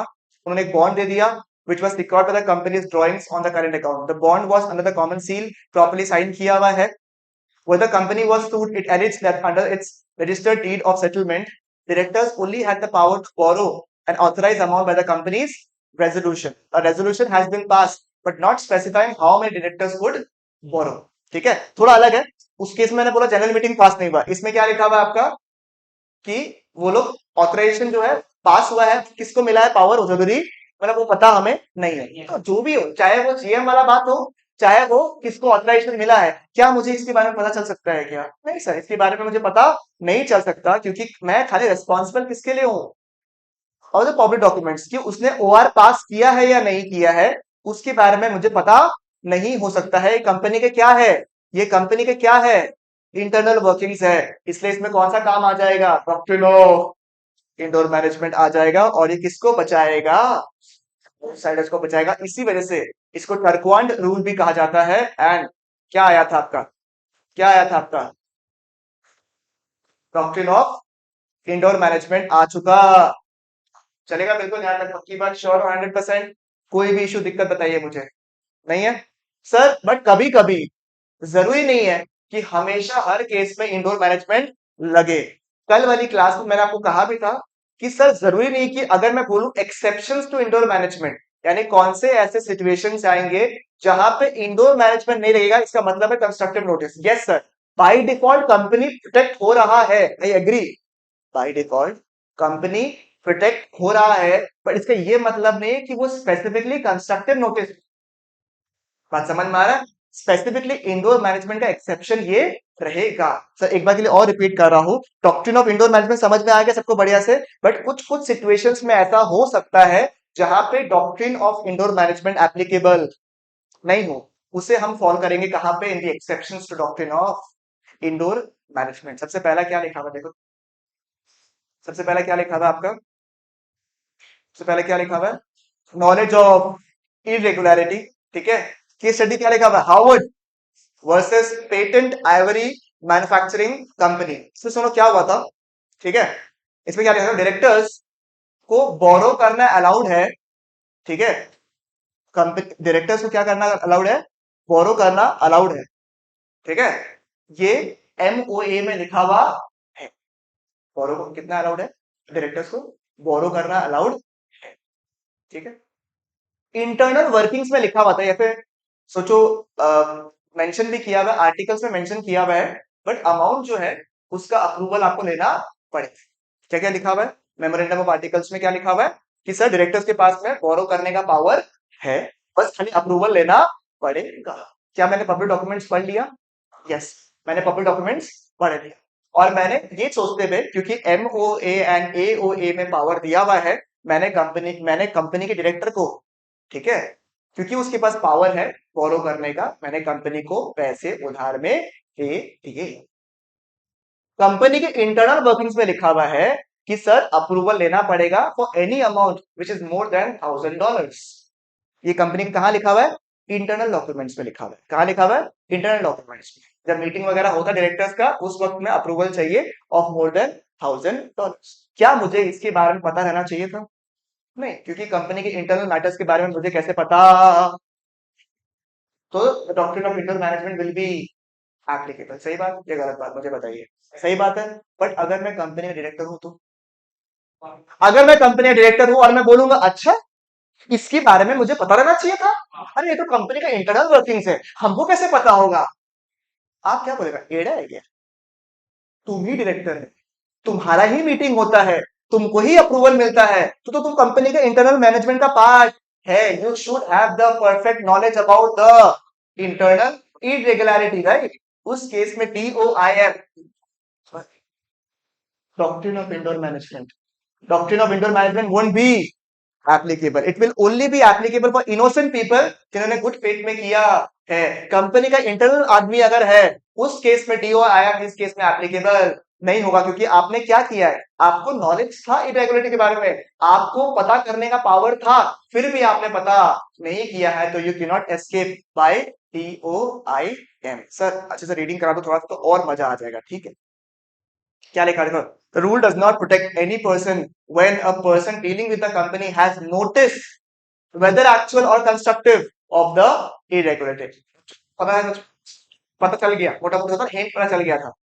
Howard versus Patent Ivory Manufacturing Company, where the directors could not defend the issue of debentures to themselves because they should have known the extent to which they were lending money to the company required the assent in the general meeting which was not being obtained। ठीक है, मतलब उसको कितना approval मिलना चाहिए, उसका कहाँ लिखा हुआ था, कहाँ अप्रूवल होता है उसका? General meeting. बोर्ड डायरेक्टर्स बोला, बोर्ड मीटिंग बोला था मैंने, वो मैंने गलत बोला हल्का सा, ठीक है? वो क्या था? General meeting. मतलब मोटा मोटी तो कॉन्टेक्स्ट का सेम समझ में आया। मीटिंग में आपको अप्रूवल चाहिए कि मेरा लिमिट कितना है, और उस मीटिंग के बारे में डायरेक्टर्स को पता होगा या नहीं होगा? तो उनके पास में नॉलेज था या नहीं था इरेगुलरिटी का? Yes sir. उसके बावजूद भी DOIM लगाने की पेशकश हो रही है, एप्लीकेबल होगा? नहीं। नेक्स्ट क्या लिखा हुआ देखो तो, suspicion of irregularity. Suspicion of what? Irregularity. Sir इसमें क्या है सर? सर सस्पिशन है, नेग्लिजेंस है। देखो कुछ कुछ चीजें ऐसी होती है ना, जो कि बाय डिफॉल्ट कॉमन सेंस के थ्रू हमें समझ में आया था कि कुछ तो गड़बड़ है। एग्जाम्पल, अगर किसी कंपनी ने कंपनी की बैंक अकाउंट में पैसा नहीं मांग कर मुझे उसके वॉचमैन को पैसा डालने के लिए बोला है कि आप एक काम करो, आप मेरे अकाउंट में डाल दीजिए, मैं कंपनी को पेमेंट कर दूंगा, आप टेंशन मत करो, तो ये कॉमन सेंस नहीं है क्या? इसमें बोलो DOIM, मुझे कैसे पता था कि कंपनी का जो वॉचमैन है वो पैसे नहीं ले सकता है? एड़ा है।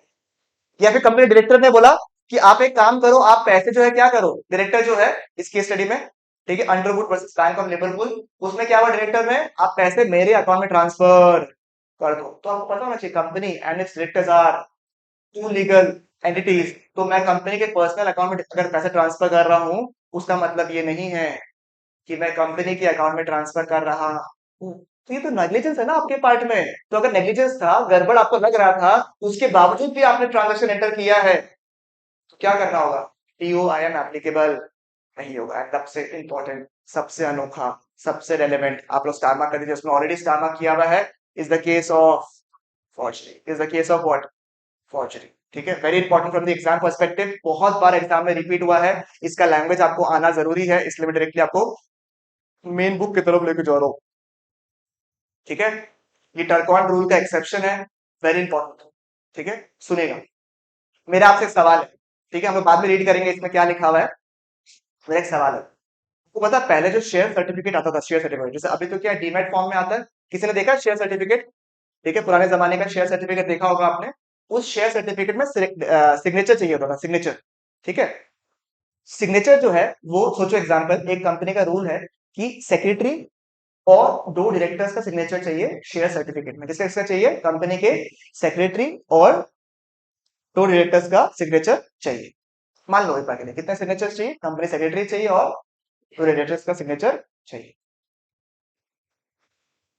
आपको आपको ये चीज पता था कि कंपनी जब शेयर सर्टिफिकेट इशू करता है, this money of signature should be there. ठीक है, कोई रीडिंग नहीं करेगा। ठीक है। कंपनी के सेक्रेटरी ने खुद के सिग्नेचर को साइन कर दिया। साथ में कितना डायरेक्टर्स का साइन चाहिए था? दो। उन्होंने दो डायरेक्टर्स का साइन फॉर्ज कर दिया था। कल मैंने दिखाया था आप लोगों को फॉर्जरी करके। ठीक है, मैंने फॉर्ज करके साइन कर दिया। मैंने नहीं किया, मतलब डायरेक्टर का, कंपनी के सेक्रेटरी ने साइन करके, साइन कर दिया और आपको शेयर सर्टिफिकेट पकड़ा दिया। ठीक है। बाद में जब आप पैसा क्लेम करने के लिए गए शेयर्स का, तो उन्होंने मना कर दिया। उन्होंने बोला कि ये फॉर्ज सर्टिफिकेट है, इसको हम एक्सेप्ट नहीं कर सकते। आपने चिल्लाया DOIM DOIM DOIM, captain of indoor management. बोला क्यों? बोला सर आपके सर्टिफिकेट में लिखा हुआ था कि सिग्नेचर होना चाहिए, किसका होना चाहिए वो भी लिखा हुआ था, मैंने देखा है उनका साइन है, तो मैं कहा इसमें गुनाह मैंने किया है, ये गलत है। आप मुझे सजा, आप मुझे क्या बोलते, जस्टिस दीजिए। आपके हिसाब से कौन जीतेगा? आपके हिसाब से कौन जीतेगा? बताइए मेरे प्यारे बच्चों, आपके हिसाब से कौन जीतेगा? कौन जीतेगा? कौन जीतेगा? जो फॉल्स किया वो जीतेगा क्या? वही जीतेगा। कितना लोग बोलता है कंपनी जीतेगा? कंपनी कंपनी, तुमने बोला वही जीतेगा। दोनों हारेगा ऐसा नहीं हो सकता, बगला है क्या? गलत काम किया कि केयरलेसनेस कैसे होगा उसका? उसको कैसे पता होगा? चलो इसके बारे में हम लोग थोड़ा सा डिस्कस करेंगे। पहले मुझे आंसर बताइए, कौन तो? कंपनी। कंपनी हारेगा, मतलब कि जो इंसान को सर्टिफिकेट मिला वो जीतेगा, बराबर। कंपनी हारेगा, सेम दीपेश। सर्टिफिकेट। कंपनी जीतेगा, दो जन कंपनी जीतेगा। हारेगा कौन? कंपनी। जीतेगा या हारेगा? जीतेगा। ठीक है, लकी क्यों?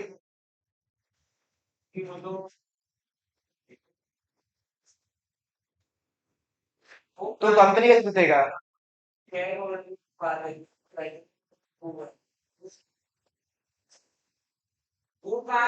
कंपनी के सेक्रेटरी ने फॉल्स किया है साइन को। मतलब तो बोला जाता है कि कंपनी जीतेगा, हारेगा, और कंपनी जो शेयर होल्डर है वो हारेगा। कौन बोल रहा है जीतेगा? ये पता, अभी तक टिका हुआ तुम अपना आंसर में, तुम भी टिका हुआ, बताओ मेरे जी। क्यों? ओके, गुड, मतलब अच्छा, मतलब even though you don't know anything, उसके साथ में भी आपने अच्छा आर्ग्यूमेंट दिया, वेरी गुड। आंसर थोड़ा लिखेगा तुम, इमोशनल थोड़ा। इमोशनल तो होके आंसर दे रहा है अभी। अभी तो ये इमोशनल आंसर ही है। इमोशनल ना होना। फैक्ट्स बताओ, फैक्ट, जैसे इसने फैक्ट बताया। शुभम भाई, उसने बोला कि सेक्रेटरी ने किया, कंपनी ने नहीं किया। It is a factual, it is a factual argument.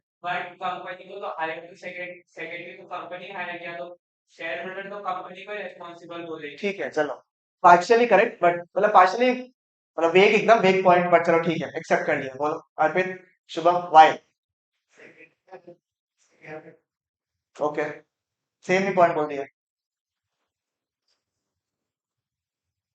Okay, good point. Company का इंटरनल मैटर है, तुम ये बोल रहे हो। ओके, रीना का कोई answer except the emotional thing?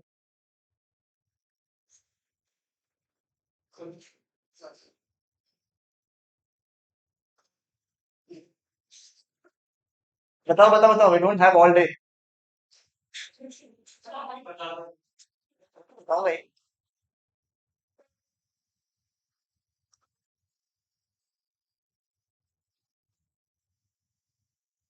Unfold करते हैं। हाँ, रुका हुआ क्या है, आपने 2-3 घंटा तो है ही, आपसे क्या इशू? प्रीवियस रिवीजन करने का 1 घंटा लग गया अपने को। बट कितना वर्थ इट रिवीजन है, सोचो कितना काम आएगा। सीधा all quality and all is fine, I upload this, ठीक है आप लोग, कंपनी हारेगा, ओके। प्रेरणा आपके पास कुछ उत्तर है? 1 सेकंड बोला था। नहीं नहीं, ये भी फॉर्जरी कर रहा है।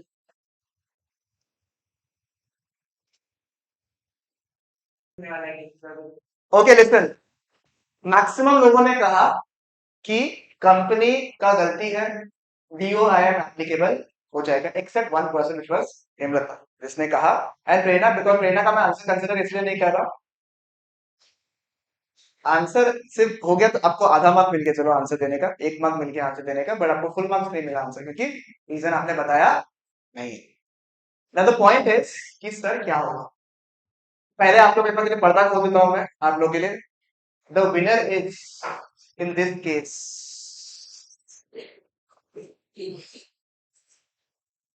कोई और मत करो, ठीक है, इस कंपनी हारे, ठीक है, ऐसा आपको लग सकता है पर ऐसा है नहीं, ठीक है। तो हेमलता इज द विनर, ठीक है, हेमलता इज द विनर, कि हेमलता ने आंसर सही बोला। सबके माथा दिमाग खराब हो गया, मतलब क्या बोल रहे हैं आप, ये तो गलत बोला आपने, मतलब आप बोलना चाहते हो कि वो नादान इंसान हार जाएगा इस केस में? यस, क्या बोलते हो तुम जी, एग्जाम में अगर आ गया केस में तुम ये लिखेगा, since this topic was discussed in the exceptions doctrine of internal management, hence the point is no, forgery is an exception. क्या बोला मैंने? Forgery is an exception. माना कि जो शेयर होल्डर है उसने सब कुछ ठीक किया, उसने एमओए एओए पढ़ा है, उसने देखा है सिग्नेचर को, उसको कैसे पता होगा कि वो सिग्नेचर फॉर्ज्ड है? I get it, it's absolutely correct जो आपने कॉन्टेक्स्ट लिया है, ठीक है, नियम से उसके साथ में बुरा होना नहीं चाहिए था, but will come towards fact, ठीक है, विल कम टुवर्ड्स फैक्ट। सुनो, चीज ऐसा है कि गलत हुआ है क्या? हाँ। बुरा हुआ है क्या? हाँ। क्या कॉम्पेंसेशन वो ले सकता है? यस, ठीक है, पर समझेगा बात को, वो कॉम्पेंसेशन ये बोल के नहीं ले सकता है कि आप इस शेयर सर्टिफिकेट जो है, जो शेयर सर्टिफिकेट है उसको आप अब वैलिड डिक्लेयर कर दो, वो ये नहीं बोल सकता कि आप उसको, मेरा क्या गलती था, मैं सब कुछ सही लिया था। सुनो सुनो, अगर वो जीतेगा तो वही तो वाला बात, कि वो वैलिड सर्टिफिकेट होगा या नहीं होगा, यही तो अल्टीमेटली प्रूविंग है, तो वो क्या प्रूव करने की कोशिश कर रहा है? अरे वही सवाल था, शायद सवाल में तुम्हें दिक्कत आएगा। शेयर सर्टिफिकेट का तो मेन कॉन्टेक्चुअल बात हुआ ना यहाँ पे, कि शेयर सर्टिफिकेट जो है वो अगर सही हो गया, मतलब वो अगर मान रहा है कि कंपनी की गलती है, तो उसके बाद में पहले ऑब्स्ट्रक्शन आ जाएगा आपके यहाँ पे, वैलिड डिटेल्स आ जाएगा यहाँ पे, राइट। तो वो शेयर सर्टिफिकेट को वो रिक्वेस्ट कर रहा है कि ये मेरा गलती नहीं है कि ये आपका साइट गलत किया हुआ है, मेरी तरफ से तो बिल्कुल फ्री कंसेंट था, सब कुछ सही तरीके से मैं चेक किया था, make it valid and eventually the shareholder should win. But the problem is, एक प्रॉब्लम है, आपका चीज बिल्कुल सही है, बट इमेजिन करो, दूसरा एग्जांपल देता हूँ, आपके पास में एक नोट आ गया, क्या आ गया आपके पास? नोट, 2000 का नोट आया आपके पास, वो 2000 का नोट नकली था, फर्जी था, ठीक है, आपने बेसिक लेवल पे चेकिंग किया जो चेकिंग करना चाहिए था, ह्यूमन आई के थ्रू पता नहीं चल रहा है कि ये नोट नकली है, ठीक है, बट नोट नकली था, एकदम प्रॉपर डीपली कोई मशीन में डाल के देखोगे तो पता चला कि ये नोट तो नकली है। मेरा गलती है क्या? मैंने जेन्युइन ट्रांजेक्शन किया, उसके थ्रू ही मेरे पास नोट आया, मैंने कुछ भी फॉर्जरी का काम किया नहीं है, मेरे पास केवल एक ही नोट है 2000 का जो नकली है, तो मेरा ऑब्वियसली इंटेंशन फर्जी करने का था नहीं। आप ह्यूमन आई से चेक कर रहे हैं, इम्पॉसिबल है कि वो नोट नकली है, गलती मेरा नहीं है, but can I declare that note to be valid? क्या मैं मान लूं कि मेरा गलती नहीं है तो ये नोट अब से नकली नकली नहीं है सच्चा है? क्या मैं चाह के भी उस 2000 नोट का कुछ वैल्यू ले पाऊंगा क्या? मैं मैक्सिमम क्या कर सकता हूँ आपके केस में, आप मुझे बताओ तो मैक्सिमम क्या कर सकता हूँ? Should I see the revenue department जाके कि ये जो नोट आपने दिया वो मुझे नहीं पता है, ये मैंने गलती तरीके से नहीं लिया है, तो इसको आप एज ए लीगल इंस्ट्रूमेंट मानो? क्या मैं ऐसा बोल सकता हूँ? The answer is what? No sir. आप क्या कर सकते हैं? आप जिससे वो नोट अगर लिए हो, अगर वो ध्यान में है, तो आप उसके पास जाके क्या बोल सकते हो कि ये नोट नकली है, तुम हमको इसके बदले सही नोट। इस केस में भी मैंने केस पूछा था कंपनी और शेयर होल्डर के बीच में, क्या शेयर होल्डर ये कंपनी को बोल सकता है कि कंपनी कंपनी ये शेयर सर्टिफिकेट मैंने अपना ट्रू सेंस में लिया था, मैंने प्रॉपर फेथ में लिया था, इसलिए आप इसे वैलिड सर्टिफिकेट कर दो? आप इसको वैलिड सर्टिफिकेट नहीं कर सकते, उसका लीगल स्टैंडिंग ही खुद का नहीं है, क्योंकि वो शेयर सर्टिफिकेट अपने आप में क्या है, इनवैलिड है। तो कंपनी के खिलाफ आप केस नहीं कर सकते, बिकॉज कंपनी ने उसको इशू ही नहीं किया है। What you can do in max is what, आप उससे कंपनसेशन ले सकते हो, किससे? कंपनी सेक्रेटरी से। सही बात है बिल्कुल, यहाँ तक जो आपने पॉइंट लास्ट में कहा। हाँ, बट आप इससे कॉम्पनसेशन ले सकते हो, वो जरूरी यहाँ पॉइंट में नहीं है, बिकॉज केस किसके साथ में हो रहा है? कंपनी के साथ। समझ में आया आपको? बिल्कुल क्लियर है बिल्कुल। इसलिए क्लासिकल केस है जहां पे 99% लोगों को लगता है कि भैया गलत हुआ, उसके साथ में कंपनी के खिलाफ होना चाहिए ये डिसीजन, बट है नहीं, बिकॉज फॉर्जरी एक एक्सेप्शन है। फॉर्जरी अपने आप में क्या है? एक्सेप्शन है, कि कोई भी चीज फॉर्ज हो गया है, वो चाह के भी क्या होगा, आप कुछ उसको वैलिडेट नहीं कर सकते। इसीलिए होता है ना कि आपके पास एक नकली नोट आ गया, तो बैंक वाला के पास अगर आप जाओगे तो वो क्या कर देगा उसको?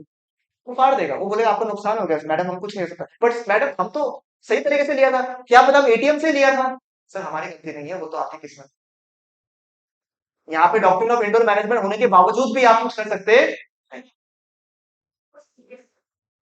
कर सकता है, उसके खिलाफ वो करो, उसका वो अपना लीगल मैटर है, वो अपने नया केस फाइल करेगा, प्रूफ करना पड़ेगा कि वो सही है या नहीं, वो अलग मैटर हो गया। पर वो डॉक्ट्रिन ऑफ इंडोर मैनेजमेंट के अंदर नहीं आएगा, वो अपना पर्सनल कॉन्ट्रैक्ट हो गया उनके बीच में। ठीक है, वो क्रिमिनल प्रोसीडिंग्स में आ गया आप, वो आपका सिविल प्रोसीडिंग्स में अलग है, क्रिमिनल प्रोसीडिंग्स में आ गया कि उसने कुछ गड़बड़ किया, फॉर्जरी की। ठीक है, आइए बार रेड कर लीजिए प्लीज, क्या लिखा हुआ है ये मतलब पढ़ना जोर से। इंडोर मैनेजमेंट किसके लिए अप्लाई करता है? Only to the irregularities which might otherwise affect a transaction, but it cannot apply to forgery। मतलब उसको नल मान लेते हैं अपन, अगर फौजी का केस है तो उसको नल ही मान लेते हैं अपन। ठीक है, उस केस में डॉक्ट्रिन ऑफ इंडोर मैनेजमेंट का एक्सेप्शन चलता है, डीओआईएम चलता नहीं है। हमारा यही आंसर था क्या? ये था क्या? आइए, फॉर्जरी में in circumstances exclude what? The Turquand rule. मतलब डॉक्टर ऑफ इंडोर मैनेजमेंट को ही क्या कहा जाता है? टर्कवान रूल कहा जाता है। Next,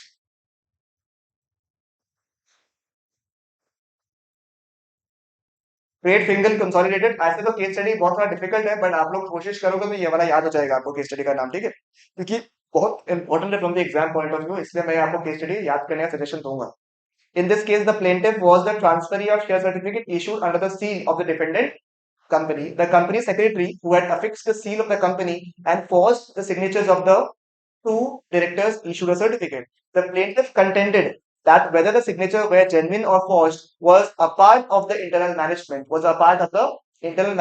and therefore the company should be the estoppel from denying the genuineness of the document. मतलब कंपनी को ऐसे एस्टॉप मतलब स्टेइंग इन दैट वे, इसको कंपनी ऐसा नहीं बोल सकता है कि जस्ट बिकॉज मेरे साथ ऐसा हुआ है तो I will not be acting such. आपको बताना पड़ेगा कि आप इसके लिए रिस्पॉन्सिबल हो, क्योंकि सीएस जो आपके बिहाफ पे कंपनी का इशू किया। कितना स्ट्रॉन्ग कंटेंशन होगा एक बार के लिए, कितना स्ट्रॉन्ग कंटेंशन। आपने पॉइंट्स बोला कि सीएस तो कंपनी के बिहाफ में ही काम किया है, तो इसको बोलते हैं company has as an estoppel. Example सुनो एस्टॉपल का क्या होता है, मैंने तो आपको एस्टॉपल के बारे में बताया था, इफ यू रिमेंबर। बट एक बार एस्टॉपल अगर मैं वापस समझाऊं, क्योंकि पार्टनरशिप में वापस एस्टॉपल आएगा कि सोचो क्या हुआ, मेरा एक दुकान है, दुकान में क्या हुआ, अर्पित खड़ा रहता है, अर्पित ऐसे बिहेव करता है ऐसे, वो दुकान में वो भी पार्टनर है।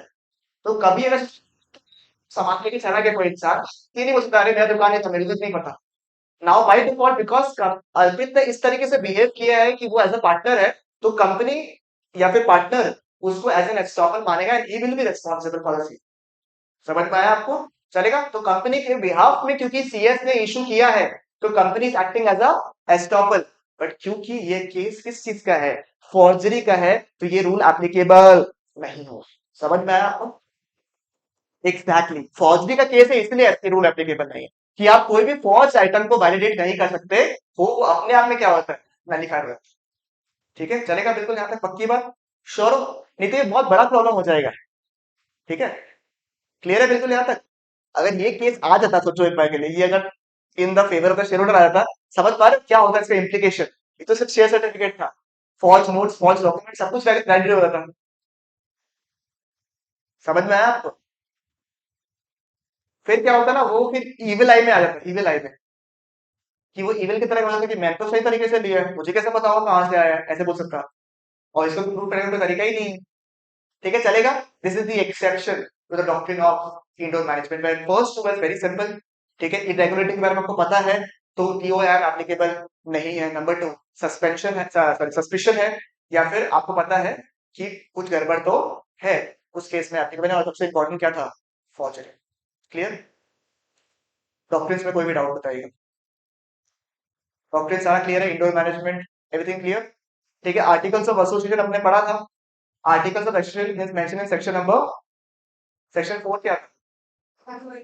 ठीक है, memorandum of association section 7, incorporation section 4, MOA section 5। इसमें सारे रूल्स रेगुलेशंस इंक्लूजन मैटर्स जो है सब कुछ मेंशन किया हुआ रहता है। एंट्रेंचमेंट प्रोविजंस भी कहां मेंशन किया हुआ रहता है?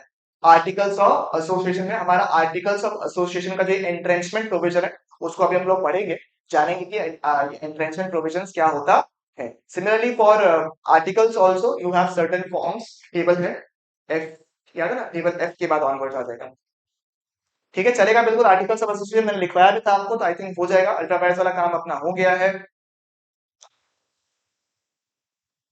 वो भी कराऊंगा अभी, अभी करूँ। फॉर्जरी वाला पार्ट हो गया, एक बार खाली देख लेता हूँ खाली। नेग्लिजेंस ये हो गया, doctrine of indoor management done. ठीक है, ये भी हो गया आपका। Power of entrenchment section number क्या लिखा हुआ आपका? 5 गलती लिखा हुआ है इस पे, एंट्रेंचमेंट में गलती लिखा हुआ है। मतलब एंट्रेंचमेंट सेक्शन नंबर 5 में इसलिए लिखा है ना, बिकॉज, अच्छा सॉरी मेरी गलती है, सेक्शन नंबर 5 इसलिए लिखा है क्योंकि आर्टिकल्स के अंदर एंट्रेंचमेंट आता है ना, इसलिए लिख दिया है लोग। ठीक है, हाँ सेक्शन 44 अलग है, मतलब वो मूवेबल प्रॉपर्टी है। ठीक है, आइए एक इंपॉर्टेंट सेक्शन में आपको पढ़ा रहा हूँ अभी।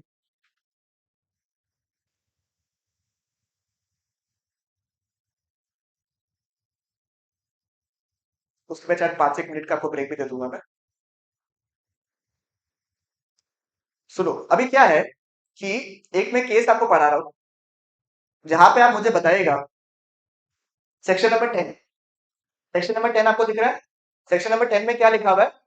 Binding force of A and, मतलब कि बाइंडिंग फोर्स ऑफ औवा एंड औवा। सुनो, क्योंकि कंपनी तो अपने आप में एक सेपरेट लीगल एंटिटी है, कंपनी अलग है और मेंबर्स अलग है। तो आप जब डील कर रहे हो तो आप मेंबर से डील कर रहे हो या कंपनी से डील कर रहे हो? आप किससे डील कर रहे हो? कंपनी से डील कर रहे हो। आप किससे डील कर रहे हो? कंपनी से डील कर रहे हो। तो अगर आप एक कंपनी से डील कर रहे हो तो आप मुझे बताइए, जैसे जैसे एग्जांपल हम और दीपेश अगर एक कॉन्ट्रैक्ट में एंटर किया, if we have entered into a contract, तो हम उस कॉन्ट्रैक्ट को लीगली कैसे मानते हैं कि मैंने जो कंडीशंस दिया है वो दीपेश ने साइन कर दिया प्रॉपर्ली। और अब क्योंकि उसने साइन कर दिया है तो दोनों पार्टीज जो है वो क्या हो गए, लीगली बाउंड हो गया है कि अगर कुछ भी गड़बड़ हुआ we can refer this public, we can refer this contract letter between both of us. ये तो होता है ना लीगल प्रूफ। आप कंपनी के शेयर को परचेज कर रहे हो, आप कंपनी से डील कर रहे हो, आप शेयर्स परचेज जब कर रहे हो, कुछ भी कर रहे हो, तो नियम से तो कंपनी को भी आपके साथ में बैठ के साइन करना चाहिए ना कि कंपनी आपको, आपसे इतना इतना पैसा ले रहा है अगेंस्ट द शेयर इशू, इतना इतना इतना। तो कंपनी बैठ के कभी साइन करता है क्या आपके साथ में? अगर मैंने सोचो रिलायंस लिमिटेड से शेयर लिया है तो क्या कंपनी ने मेरे साथ में बैठा है, मेरे को मुंबई बुलाया है क्या उन्होंने? नहीं। तो कैसे माने? भाई साहब फ्यूचर में मुकर गया कंपनी कि हमने तो कोई कंपनी में, हमने तो कोई शेयर ही इशू नहीं किया, आप कहां से शेयर ले लिए, तो गड़बड़ हो जाएगा या नहीं हो जाएगा? तो ये कैसे पता चलेगा कि हमारे बीच में कॉन्ट्रैक्ट बन चुका है?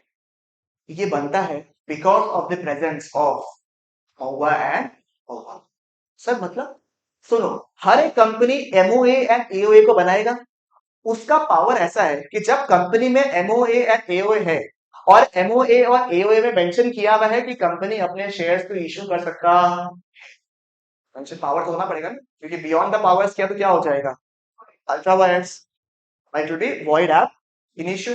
सही बात है या नहीं? तो विद इन द पावर्स में मेंशन करना पड़ेगा कि एमओए एंड एओए में मेंशन किया हुआ। अब बात ये है कि अगर एमओए एंड एओए में ये लिखा हुआ है कि कंपनी के पास पावर है कि वो अपना शेयर इशू कर सकता है, तो भले ही हमारे बीच में वो सिग्नेचर नहीं हुआ, बट क्योंकि there the presence of MOA and AOA, हम ऐसा डीम्ड मानते हैं, हम ऐसा अज्यूम्ड मानेंगे कि एज इफ कंपनी मेरे साथ बैठा है और मेरे साथ में क्या किया, उसने एक सिग्नेचर करके कॉन्ट्रैक्ट एंटर किया।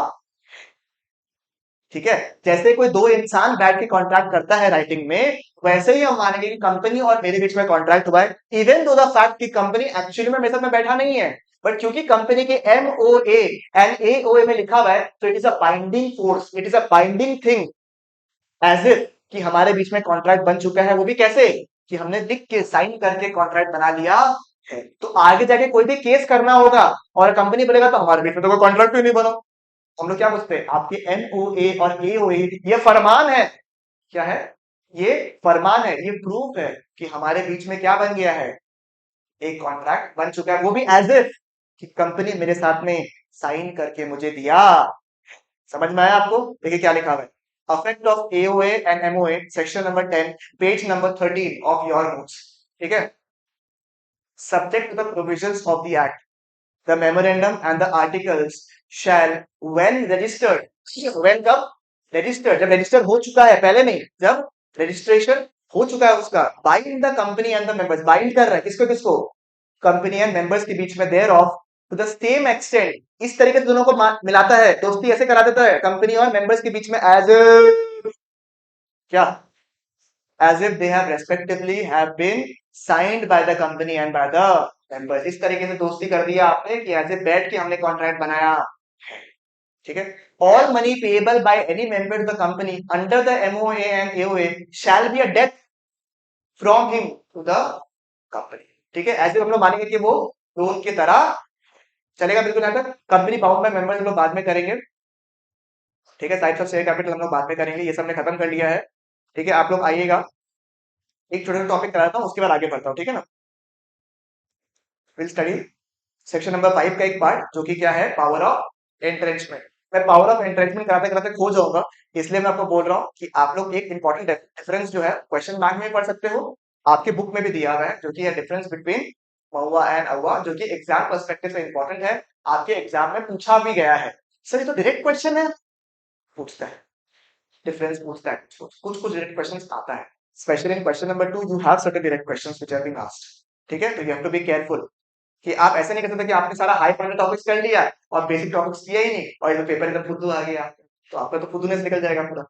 ठीक है, चलेगा बिल्कुल यहाँ तक। तो वी हैव, मैं अभी तक भी सब कुछ कराया नहीं हूँ, टाइप्स ऑफ शेयर कैपिटल मैंने आपको नहीं करवाया अभी तक, सब नहीं करवाया, टाइप्स ऑफ कौन मैं करवाऊंगा, तो एक सेपरेट अपने आप में टॉपिक ही है।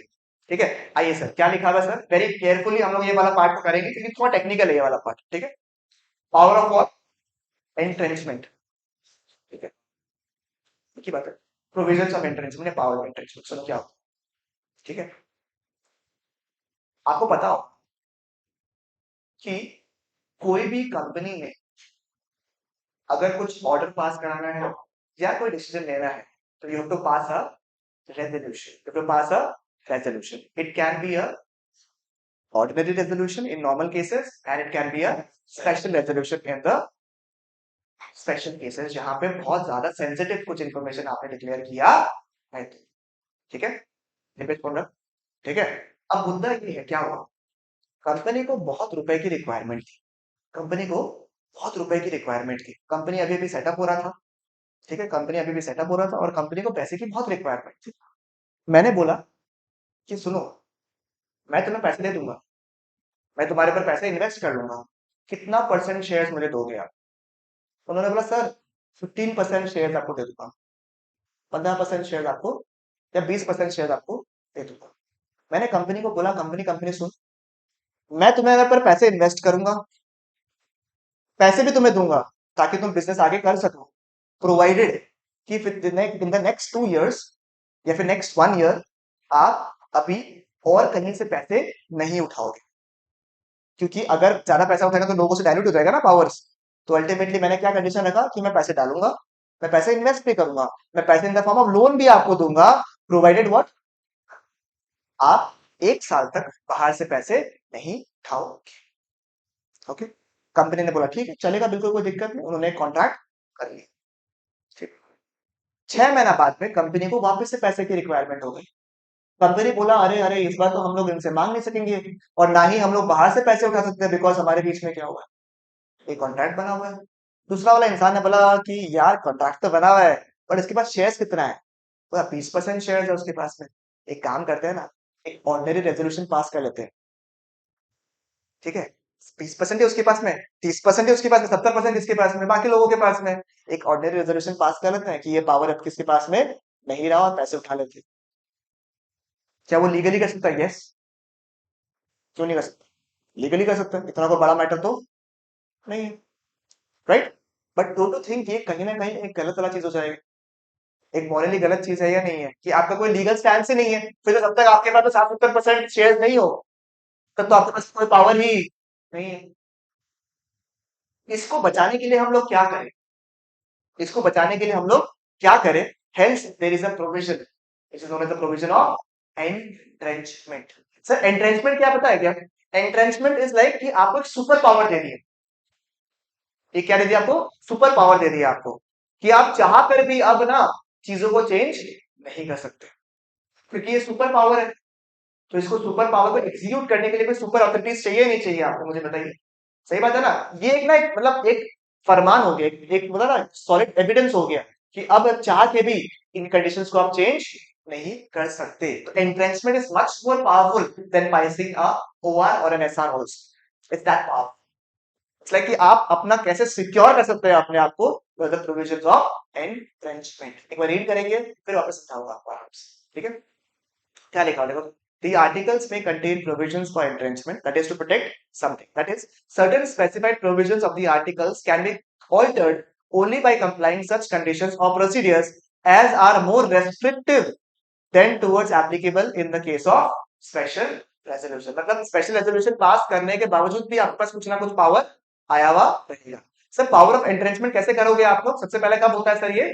या तो at the time of formation of the company. ऐसा नहीं कि कभी भी आपका मन हुआ तो आप कर दोगे, ऐसा नहीं होता है। एंट्रेंचमेंट आप कब कर सकते हो? या तो आप फॉर्मेशन के वक्त में डाल सकते हो कि अब शुरू के डायरेक्टर थे, आपने पहले ही बोल दिया कि 20% ऐसा है और कुछ चेंजेस हो सकता नहीं है, ठीक है? वो हो गया। या फिर अगर आपको बाद में करना है, आर्टिकल्स को अमेंड करना है, तो सारे कंसेंट चाहिए, सारे मेंबर्स, मेजॉरिटी नहीं। किसका? सारा मेंबर से कंसेंट चाहिए in the case of a private company and at least you to pass a SR in the case of a. मतलब समझ रहे? एंट्रेंचमेंट का पावर को डेवलप करने के लिए इतना पावरफुल तरीके होता है कि आप छोटा मोटा रेजोल्यूशन से काम ही चलने वाला नहीं है। या तो सभी के सारे मेंबर्स के कंसेंट चाहिए in the case of private company, या फिर स्पेशल रेजोल्यूशन पास करो इन the case of public company कि हम ये एंट्रेंचमेंट का क्लॉज डाल रहे हैं।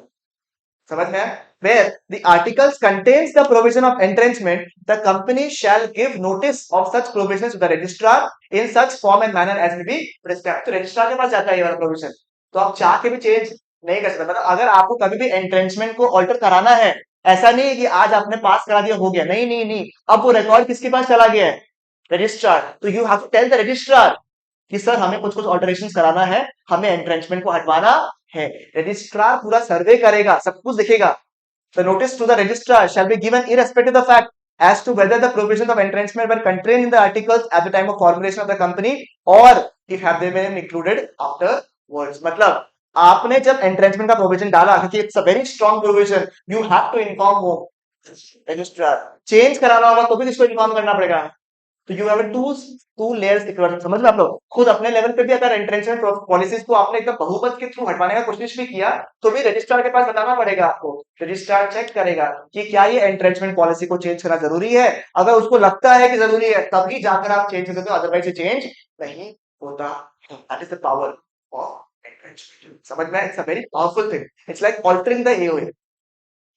समझ में आया आपको? चलेगा बिल्कुल यहाँ तक? This is the power of entrenchment. Clear है बिल्कुल यहाँ तक? Is it fine? सॉलिड है बिल्कुल यहाँ तक? कोई दिक्कत कोई तकलीफ बताएगा यहाँ पे? नहीं है? चलो 5 मिनट का ब्रेक ले लो आप लोग, शुरू करें। आइए, हमने बाइंडिंग फोर्स कर लिया। नाउ जो पार्ट मुझे करवाना है, जो हमने 3-4 क्लास से अपने आप को रोक के रखा था कि इस टॉपिक को अपने को कराना है, वो है टाइप्स ऑफ कंपनी वाला। याद है आप लोग को? उसमें भी हम लोगों ने शुरू प्रॉपर तरीके से अब तक किया नहीं है, पर एटलीस्ट आज जो है मैं आपको कुछ स्पेसिफिक टाइप ऑफ कंपनी के बारे में बता देता हूँ, which is what on the basis of capital, right? तो कैपिटल के बेसिस में या लाइबिलिटी के बेसिस में, कैपिटल लाइबिलिटी के बेसिस में we have how many type of company? 3। Company limited by shares. Company limited by shares है, इसका मतलब क्या है आपका? सर ये अचानक से आपने on the basis of liability शुरू कर दिया, मतलब और भी कई सारे बेसिस है। यस सर, हम जब प्रॉपर्ली उस यूनिट को शुरू करेंगे तो you will get the different types of company, जहां पे आपका private company, public company, unlimited company सब आ जाएंगे। ओपीसी हो गया, स्मॉल कंपनी हो गया, सेक्शन 8 कंपनी, होल्डिंग कंपनी, ठीक है, सब्सिडरी कंपनी, डोमेन कंपनी, बहुत सारे, निधि कंपनी, गवर्नमेंट कंपनी, ऐसे बहुत सारे टाइप का कंपनीज है। ठीक है, वो तो हम लोग करेंगे डेफिनेटली, बट एक बेसिस जो हम आज डिस्कस करना चाहते हैं वो क्या है आपका, on the basis of liability. Sir liability के हिसाब से there are how many type of company, तीन। Company limited by shares, company limited by guarantee, and unlimited company. Sir अचानक से ये क्यों शुरू किया, क्योंकि ये बहुत देरी से कंटिन्यू हो रहा है, राइट? इसको खत्म खत्म कर लेते हैं आराम से पहले, ठीक है। लिमिटेड बाय शेयर्स अगर होगा उसका मतलब क्या है, 2 + 22 में डिफाइंड है, कंपनी लिमिटेड बाय शेयर्स, मतलब इसमें कितना तुम्हारा लाइबिलिटी होता है, on the unpaid value of the shares if any, if there is any unpaid value of the shares, उस केस में उतना ही लाइबिलिटी किसका किसमें होता है आपका, on the basis of limited, company limited by shares. आप मुझे बताइए क्या माइनर एक कंपनी का शेयर होल्डर हो सकता है क्या? नहीं, बताइए। नहीं, एक्सेप्शन क्या है? वो तो दूसरा हो गया, माइनर ने अगर full amount of the shares दे दिया पहले ही, उस केस में वो शेयर होल्डर हो सकता है, अदरवाइज हो सकता नहीं है। कंपनी क्या कभी भी आपको अनपेड अमाउंट के लिए बोल सकता है? यस, कंपनी जो है आपको बोल सकता है, बट खाली कितना बोल सकता है आपको, अनपेड अमाउंट। कभी भी रिकवरी हुआ तो कंपनी के एसेट्स रिकवर होंगे, आपका अमाउंट कितना मैक्सिमम हो सकता है, on the unpaid value of the shares. Next क्या लिखा हुआ है, company limited by guarantee. Sir ये अपने आप में अलग है। गारंटी कंपनी क्या होता है, आप शुरू में क्या करते हो, जब मेमोरेंडम बन रहा होता है तो कंपनी जो है वो उसमें आप एक बता देते हो कि ये अमाउंट ऑफ गारंटी मैं देना चाहता हूं, और ये गारंटी का जो अमाउंट है वो कंपनी एग्जीक्यूट कब कर सकता है, at the time of winding up. At the event of winding up जो है कंपनी आपसे गारंटीड अमाउंट जो है वो रिकवर कर सकता है। समझ में आया आपको? चलेगा बिल्कुल यहां तक पक्की बात, को दिक्कत को तकलीफ बताइएगा नहीं? ठीक है सर, सबसे मेन चीज जिसके बारे में हम पढ़ने आने वाले थे आज का टॉपिक में वो क्या है, अनलिमिटेड कंपनी। सर इसमें अनलिमिटेड कंपनी में सर ऐसा होता है क्या कि कोई लाइबिलिटी में लिमिट नहीं होता है क्या? हाँ सर, कुछ हद तक नहीं होता है लाइबिलिटी में लिमिट, बट ऐसा नहीं है कि हमेशा हमेशा आपकी लाइबिलिटी अनलिमिटेड रहेगी। मतलब सर अगर हमेशा आपकी लाइबिलिटी अनलिमिटेड रहेगा तो कंपनी का एक बहुत इंपॉर्टेंट फीचर है लिमिटेड लाइबिलिटी का, वो तो खत्म ही हो जाएगा। तो वैसे तो पॉसिबल ही नहीं है। आप पढ़ेंगे ध्यान से, सबसे पहले क्या लिखा लिखा, तो no limit on the liability of the members. The liability ceases when he ceases to be a member, मतलब अगर मैं मेंबरशिप से हटा दिया अपने आप को कंपनी के, तो आपकी लाइबिलिटी भी क्या हो जाएगी? तो ये तो पता ही है सर। सर कोई लिमिट नहीं है लाइबिलिटी में, ये भी मुझे पता है, और ऑब्वियसली आप किसी भी कंपनी के मेंबर नहीं रहोगे तो आपके ऊपर लाइबिलिटी भी नहीं रहेगी। बट सर लाइबिलिटी अनलिमिटेड होता कब है और कब नहीं होता, देखिए क्या लिखा था, company liability is not unlimited till the time the company is not wound. मतलब कंपनी का member can be called to contribute only in the event of winding up of the company. मतलब जब कंपनी एग्जिस्टेंस में है तब आपकी liability unlimited नहीं है, जब कंपनी बंद होने वाली है वाइंडिंग अप के वक्त में आपकी लाइबिलिटी क्या हो जाती है, अनलिमिटेड हो जाता है, इन the case of unlimited company. समझ में आया आपको? बहुत इंपॉर्टेंट पॉइंट बताया मैंने आपको यहाँ पे। Liability of each member extend to the amount of companies debts and liabilities, however he can claim contribution from the other members. और उसमें भी सुनो, कंपनी जब एग्जिस्टेंस में है उसकी लाइबिलिटी अनलिमिटेड होती है? नहीं।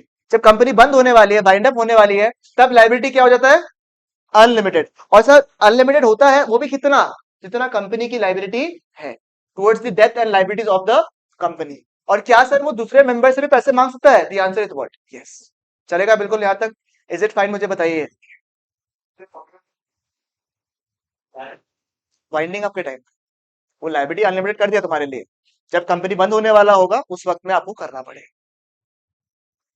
अगर ट्रिब्यूनल ने ऑर्डर दिया कि अब से तुम्हारा लाइबिलिटी अनलिमिटेड एंड कंपनी को वाइंड अप कर दो, उस वक्त तुम्हारा लाइबिलिटी ऑटोमेटिकली क्या हो गया, अनलिमिटेड हो गया to the companies debts and liabilities. ठीक है, ये classes of companies are different, जो मैंने आपको हल्का हल्का कराया है आज। नेक्स्ट क्लास में जो है हम लोग और टाइप्स ऑफ कंपनी को डिस्कस करेंगे। ठीक है, आप लोग से खाली एक ही रिक्वेस्ट कर रहा हूँ कि आप लोग कौन सा पार्ट पढ़ के आना है। ये वाला पार्ट तो मेरा मोटा मोटी मैंने आज आपको रिवीजन ही करा दिया पूरा पार्ट, राइट? तो मैंने आपको कुछ नया तो ऐसा पढ़ाया नहीं, एक्सेप्ट वो डॉक्ट्रिन का एक्सेप्शन वाला पार्ट।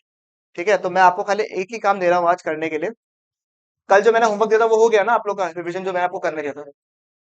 हाँ वो हो गया ना, एमओए ये वो आपने पढ़ लिया? हाँ, आप लोग जो अपना आईसीआई का मॉड्यूल है उससे बोल रहा हूँ पढ़ने के लिए। Page number 5.21। ये क्लासिफिकेशन ऑफ कैपिटल दिख रहा है आपको? ये क्लासिफिकेशन ऑफ कैपिटल का नोट्स मैंने आपको ग्रुप में दे दिया है, मतलब उसमें दे दिया है, आपके नोट्स में आपको मिल जाएगा। ठीक है, उसको आपको रीड करना, उसको समराइज कर लेना, क्योंकि इसमें क्या आपको पता है, authorise capital, nominal capital, issued capital आपको पता है क्या? सब्सक्राइब्ड, कॉल्ड अप, पेड पता है ना आप लोगों को? तो ये तो आपको आता है, इसलिए इसको रीडिंग करेंगे, ये वाला पार्ट को रीडिंग करेंगे आप, मार्क कर लीजिए क्लासिफिकेशन ऑफ कैपिटल को, इसको रीडिंग करेंगे आप। एंड टाइप्स ऑफ शेयर्स को आप रीडिंग करोगे, equity share capital, preference share capital पता है? ठीक है, ये वाला पार्ट मतलब पेज नंबर 5.21 से। और इसका ऐसा नहीं कि सिर्फ आपने पढ़ लिया, इसका समरी चाहिए मेरे को, समरी। चाहे आप मेरे वाले नोट्स में अपडेट कर लो समरी को, वो आपके ऊपर है। अगर सारा डेटा अवेलेबल हो गया, उसी में स्टिकी नोट्स लगा के कुछ भी लगा के करना है, या फिर कॉपी में आपने लिखा, मैं ये चीज कल वेरीफाई करूंगा आप लोगों का। टिल पेज 5.21 से लेकर टिल पेज नंबर 5.24। ठीक है, बस इतना ही होमवर्क दे रहा हूँ आप लोगों को करने के लिए, जस्ट 3 पेजेस ऑफ रीडिंग।